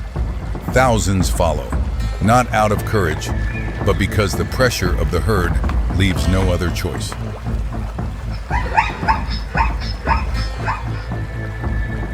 The foal hesitates at the water's edge.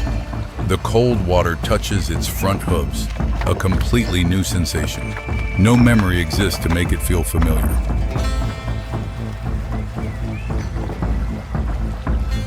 The mother zebra turns her head back, the clearest signal of all, follow me. The foal steps in, not because it understands the danger, but because it cannot stay behind alone. The water rises to its belly. All four legs lose stability on the slippery rocks. The running reflex is triggered, but in water, speed no longer means anything.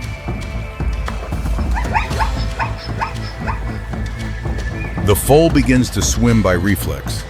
Its muscles are not yet strong enough to fight the Mara River's current. Every second that passes, a portion of its energy is swept away. On this bank, hyenas are watching, and they are waiting. The smartest player in any hunt is not always the one who strikes first.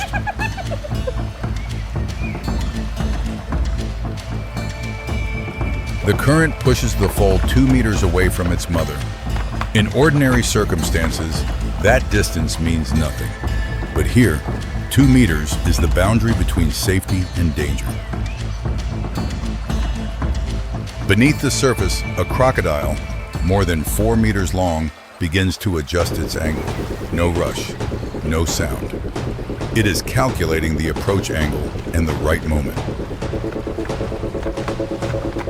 The foal falls into a panic, the most dangerous mistake possible in water. Panic disrupts the swimming rhythm, drains energy, and pulls the body deeper beneath the surface. The mother senses it and turns back, breaking from the flow of the moving herd. Turning back means accepting a higher risk, going against the rules of survival.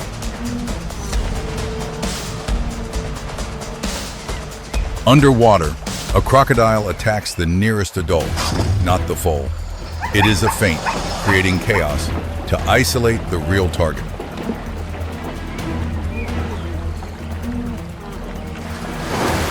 A burst of water explodes. The zebra herd breaks formation, scattering in multiple directions. The foal loses its bearings.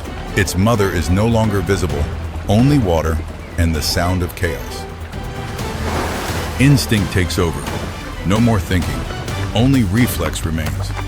And in those few brief seconds, everything is decided.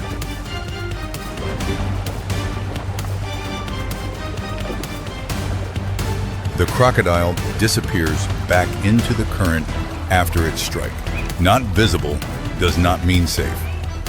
In the Mara River, the most dangerous things are usually the ones that cannot be seen. Finally, the foal reaches a narrow strip of land in the middle of the river. It climbs up, gasping, all four legs trembling, but it is still standing. The mother has already reached the far bank. She calls out, the distinctive recognition call of the zebra. Amid the chaos, that is the only signal the foal needs.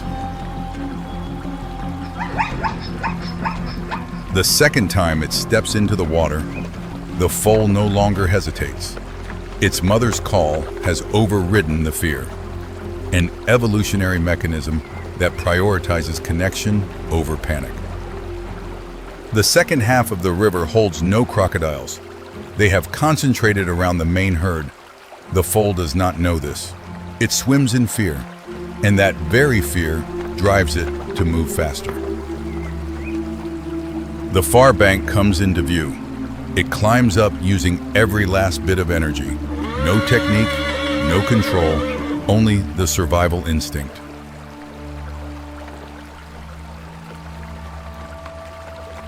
The mother stands still and waits. She does not move closer. In the language of zebras, standing still is an affirmation. I am here. You must come to me.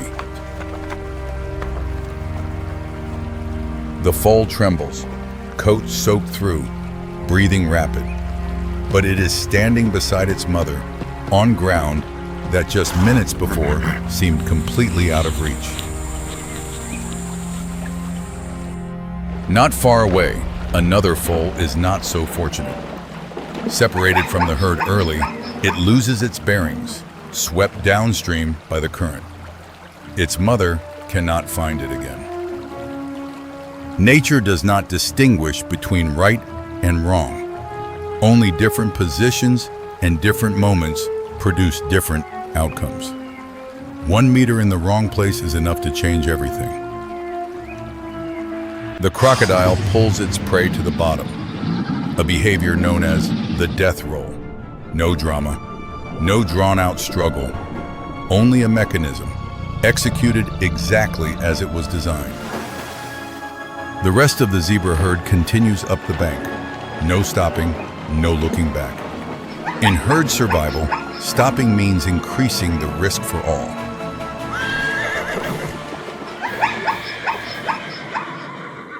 The foal stands on this bank and looks back at the river. Its brain cannot process memories the way a human's does. But its body will remember, in the way that biology remembers. Instinct is not rewritten by thought, but by experience. Today's fear becomes tomorrow's reflex. That is how nature evolves every living creature. The foal will cross the Mara River many more times in its life. Each time, it steps in faster, more precisely. Survival is a skill learned through fear. In nature, there is no such thing as a safe childhood. To be born is to begin a series of trials. Instinct is not perfect. It must be sharpened through risk and fear.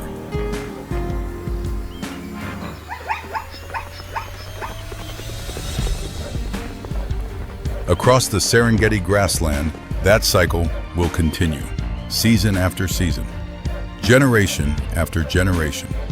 And the Mara River will remain, waiting for each new foal to step into the first test of its life.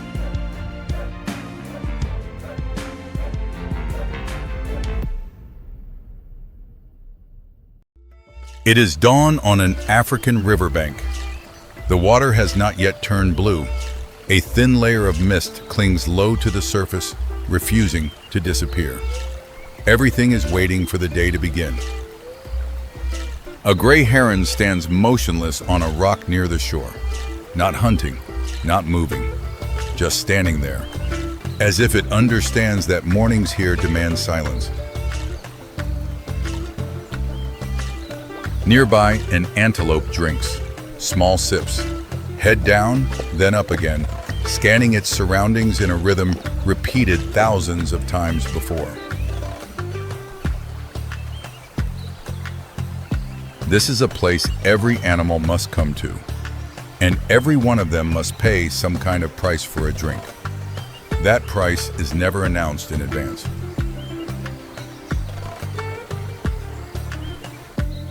Lions, the dominant predators of the African savanna. Strength, speed, coordinated hunting. On land, few animals can confront them directly and come out on top.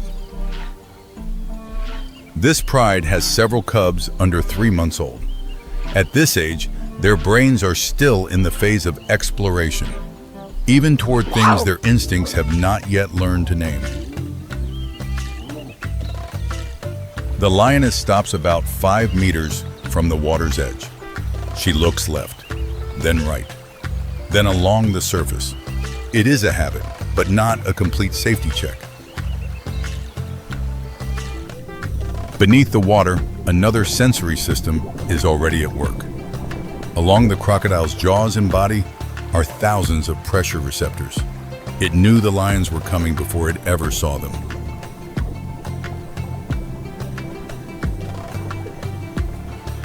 The Nile crocodile, a reptile that existed long before the dinosaurs disappeared. And it still hunts this way because it has never needed to change.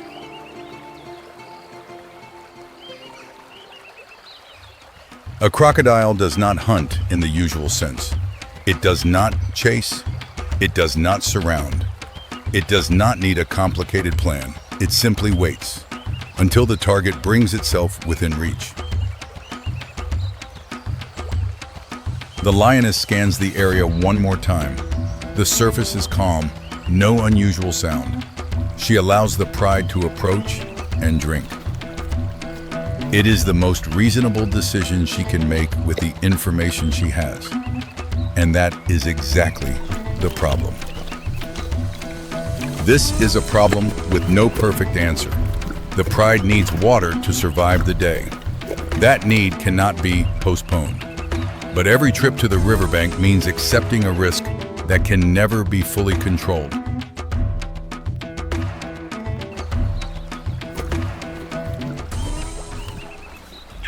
The smallest cub drifts away. It moves closer to the water's edge than the others. The distance from its mother grows, 10 meters, 12, 15. No one notices. The lioness is splitting her attention between the others and her own need to drink. One animal cannot monitor 4 directions with equal precision at the same time. The bend in the river and the sudden drop near the bank erase the usual warning signs. Lions have no way of reading the underwater terrain, so their ability to judge danger is limited. The early morning light gives the crocodile an even greater ambush advantage. And when several disadvantages stack together, the cub's chances of becoming prey rise sharply. The cub edges closer, crossing into the danger zone. Beneath the surface, the crocodile adjusts its posture without creating a ripple.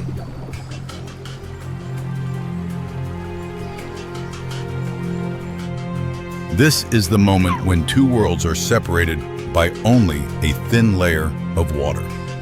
On one side, curiosity and exploration. On the other, a waiting strategy refined over millions of years. The attack comes without warning.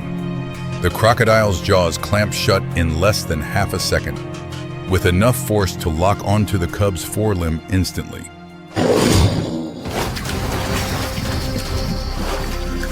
The lioness reacts at once, covering roughly 15 meters in under 2 seconds, her roar tearing across the riverbank. But by then, the cub is already being dragged into the water. The crocodile does not need to kill on land. It only needs to pull the prey into the water. Once there, every advantage shifts completely, and the lioness knows that. She charges in up to her shoulders, slamming at the surface. But there is nothing there, only water. And beneath it, her cub is being pulled in a direction she cannot follow. She stops. No more roaring. She simply stands there, shoulder deep in a river that is not hers, staring into the surface with helpless eyes. Below, the crocodile has not yet dragged the cub into safe depth. The cub is still struggling, not from conscious decision, but from the body's raw mechanical reflex against the pull. The lioness manages to bite the crocodile's tail, the only part still within reach. The bite is not enough to injure it, but enough to throw it off for a second. The crocodile responds with a death roll, spinning violently. The lioness is forced to let go, but the twisting changes the angle of the bite, and in that brief instant, the cub slips free. The lioness drags the cub back onto the bank. She does not stop. She does not look back. She retreats farther and farther from the edge until her paws are fully on dry ground. The riverbank is where two worlds touch. The crocodile does not pursue. On land, the game has changed. It knows its limits, just as the lions know theirs. The cub is breathing hard. The lioness begins licking the wound slowly, over and over again.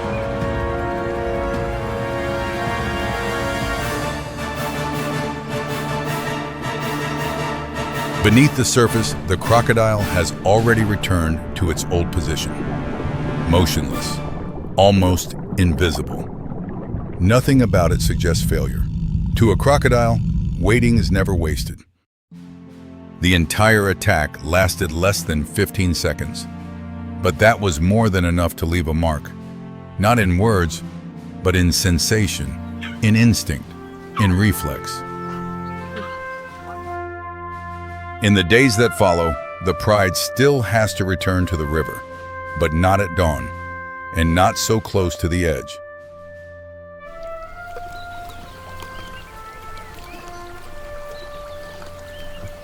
This is how knowledge passes through generations in the wild.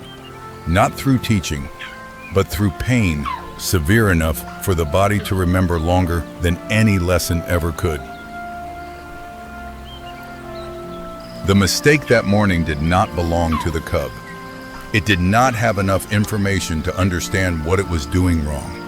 The mistake belonged to the moment of judgment, to 4 stacked disadvantages.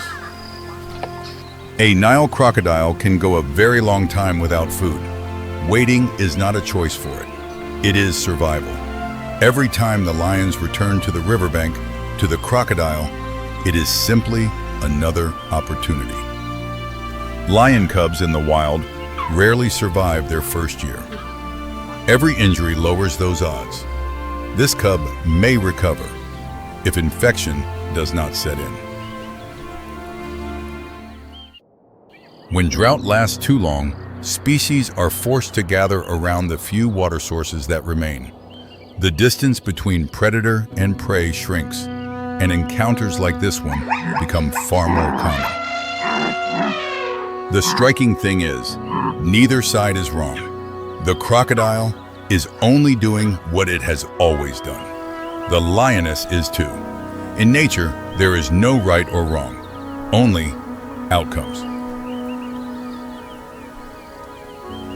These two species have coexisted along Africa's rivers for millions of years, not because of peace, but because both sides understand the boundary. The lioness does not know exactly where she went wrong. She only knows what happened.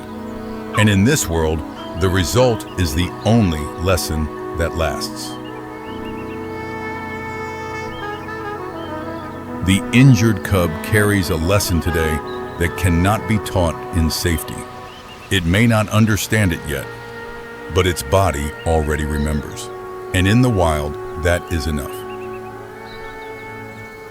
Mistake becomes data. Danger becomes knowledge. And that knowledge, if the cub survives long enough to use it, may become a lifelong survival advantage. The burden is not strength. It is responsibility. The lioness does not live only for herself. Every choice she makes affects her young. Survival is not about always winning. It is a chain of choices, mostly right, sometimes wrong. And one mistake at the wrong moment can change everything. The riverbank does not change after the pride leaves. The crocodile is still there. The water is flat again. Everything returns to normal, as if nothing ever happened. Tomorrow, the lions will come back, but not quite the same as today. The lioness will stand farther away, choose a different moment, keep the cubs closer, not because she has planned it, but because she remembers in her own way.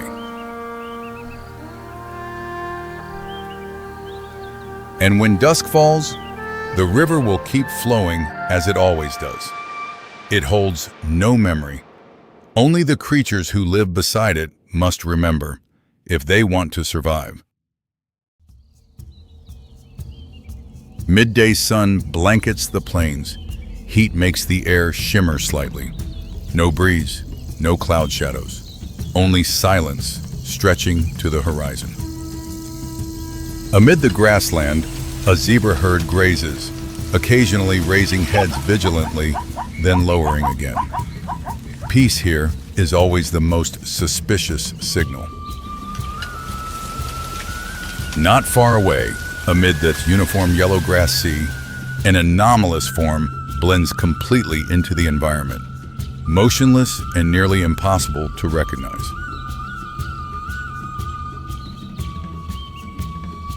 That's a lioness, lying flat less than 5 meters from prey. On the plains, the most dangerous thing isn't the echoing roar, but the silence.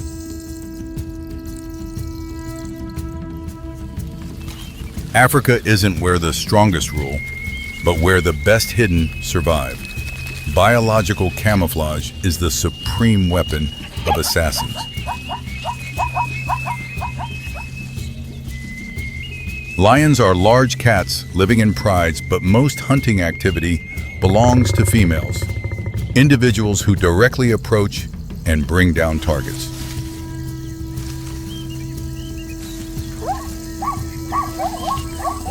Tawny fur is the result of natural selection, helping the body blend into grass, minimizing risk of detection before attack.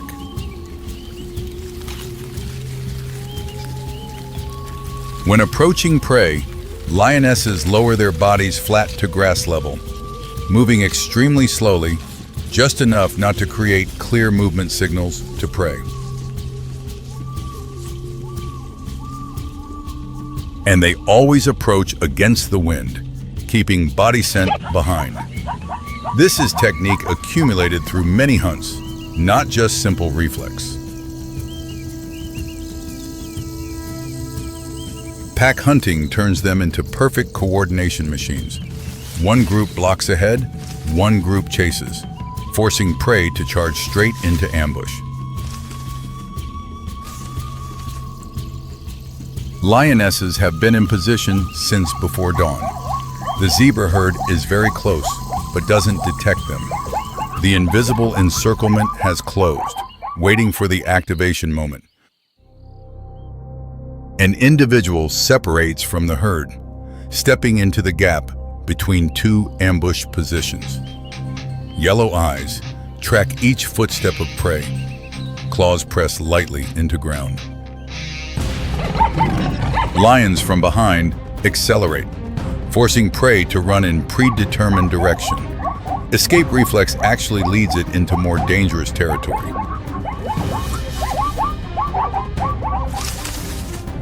Individuals ahead simultaneously lunge out, blocking direction and closing in. The entire sequence unfolds in seconds, ending an ambush prepared over many hours. The zebra herd scatters and retreats. Lionesses stop. Target achieved. On the plains, initial distance matters more than final speed. But lionesses aren't the only assassins. When evening descends, another predator begins activity. A solitary hunter even lions are wary of.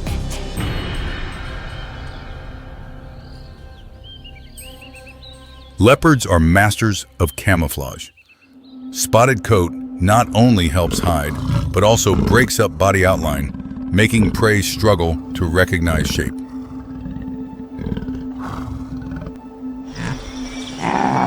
In complex lighting conditions, this mechanism allows predators to be present right before eyes without being detected in time.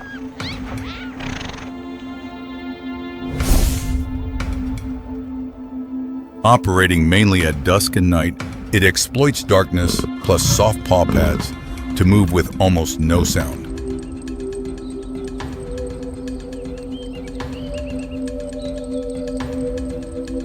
And leopards can drag prey heavier than their body up trees, turning canopies into safe dining places beyond reach of other species.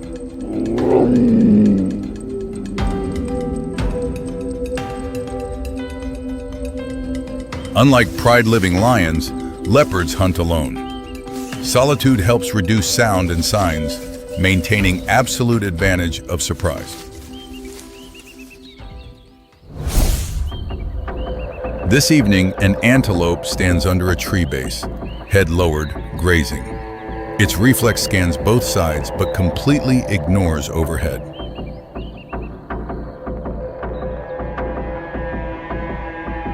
On high branches, the leopard lies motionless, observing and calculating.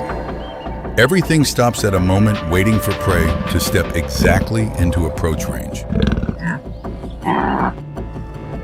The antelope doesn't realize at all. Above, the leopard lowers itself. Claws grip tree bark. Muscles compress like springs, then release.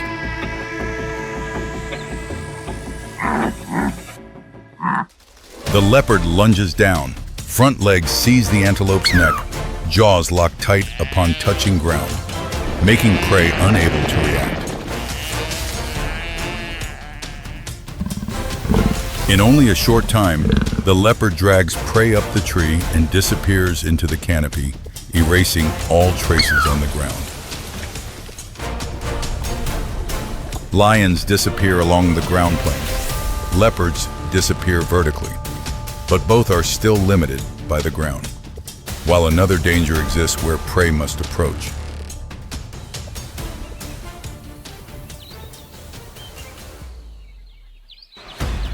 The Okavango region's largest river enters migration season.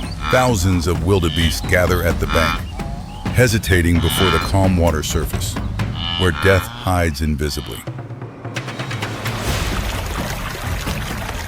Nile crocodile, reaching 5 meters long, weighing 700 kilograms.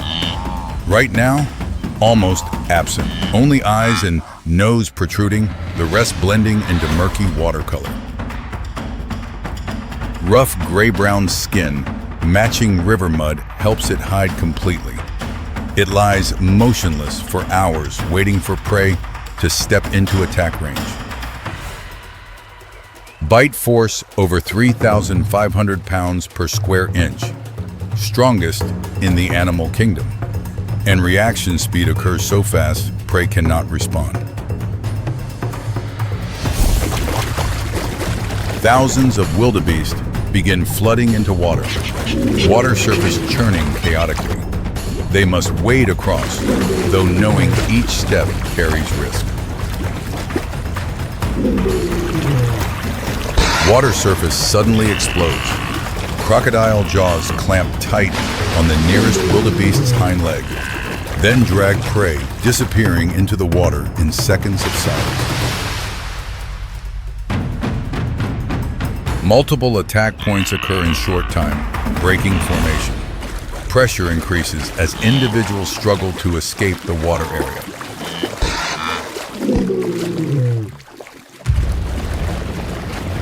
Individuals reaching shore stop to look back at the gradually stabilizing river surface.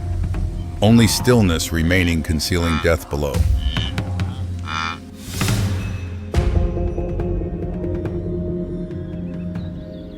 Three assassins, three different camouflage types. When placed in the same ecosystem, we see three completely separate strategies.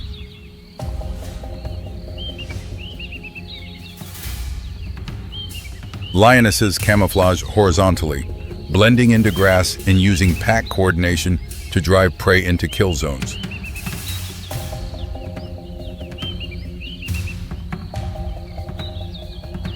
Leopards camouflage multidimensionally, exploiting tree canopies and patterns to erase body outlines, controlling both ground level and heights.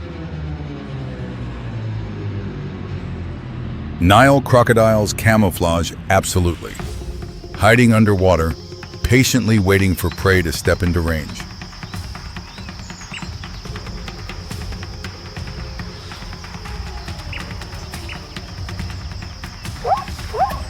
Their common point, not relying on speed but on patience, camouflage, and ability to shorten distance until prey cannot react.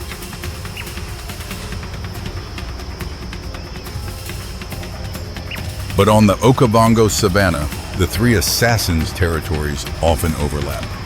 The same zebra herd can face all three in one day.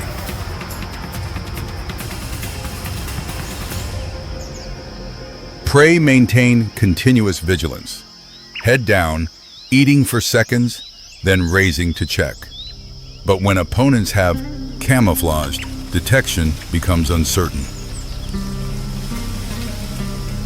And that's precisely the survival paradox. Evolution enhances prey senses, while simultaneously optimizing predator concealment ability.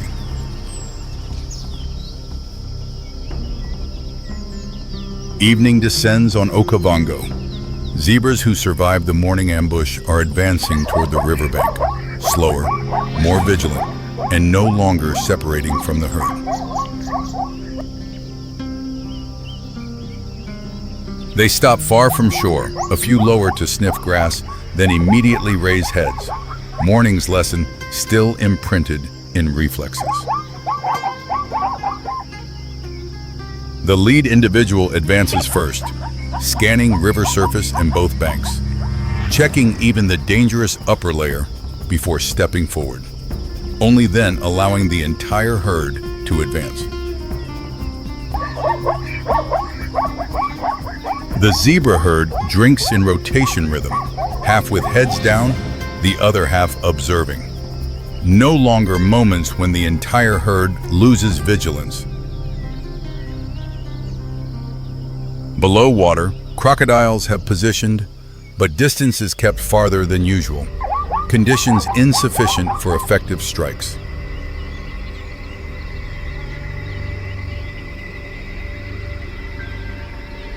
The herd leaves the bank immediately after drinking, not lingering. Quick decision helps reduce time exposed in risk zone.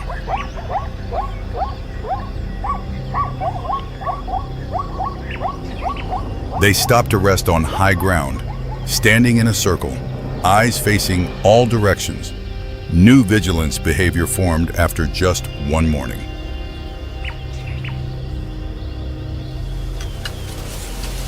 In sparse forest, an African rock python lies motionless, coiled under a rotten tree trunk. Body pattern blends into tree bark, camouflage based on shape and color. Or a black mamba slides on tree branches, blending into dry branch color, so fast and silent only detected when already too close. And on the dry grassland surface, an African chameleon is changing color to match environment, continuously transforming to blend with surrounding background.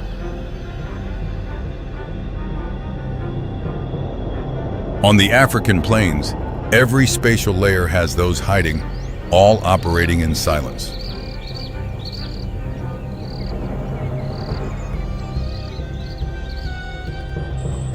The zebra herd stands on high mound, choosing open place to rest at night. Long visibility, few concealment points, minimizing ambush risk. Evolution doesn't favor the noisy, but favors those controlling appearance timing. Right moment, close enough, and effective.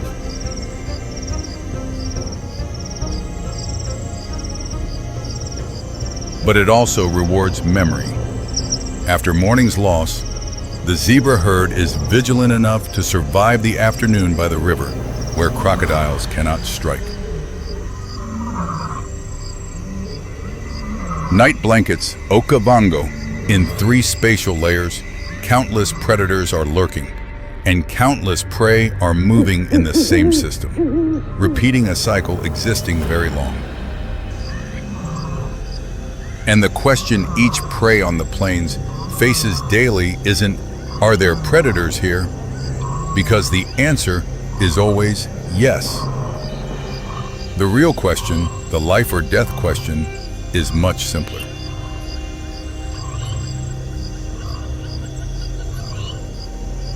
In grass, in trees, or below water, right now, where is it?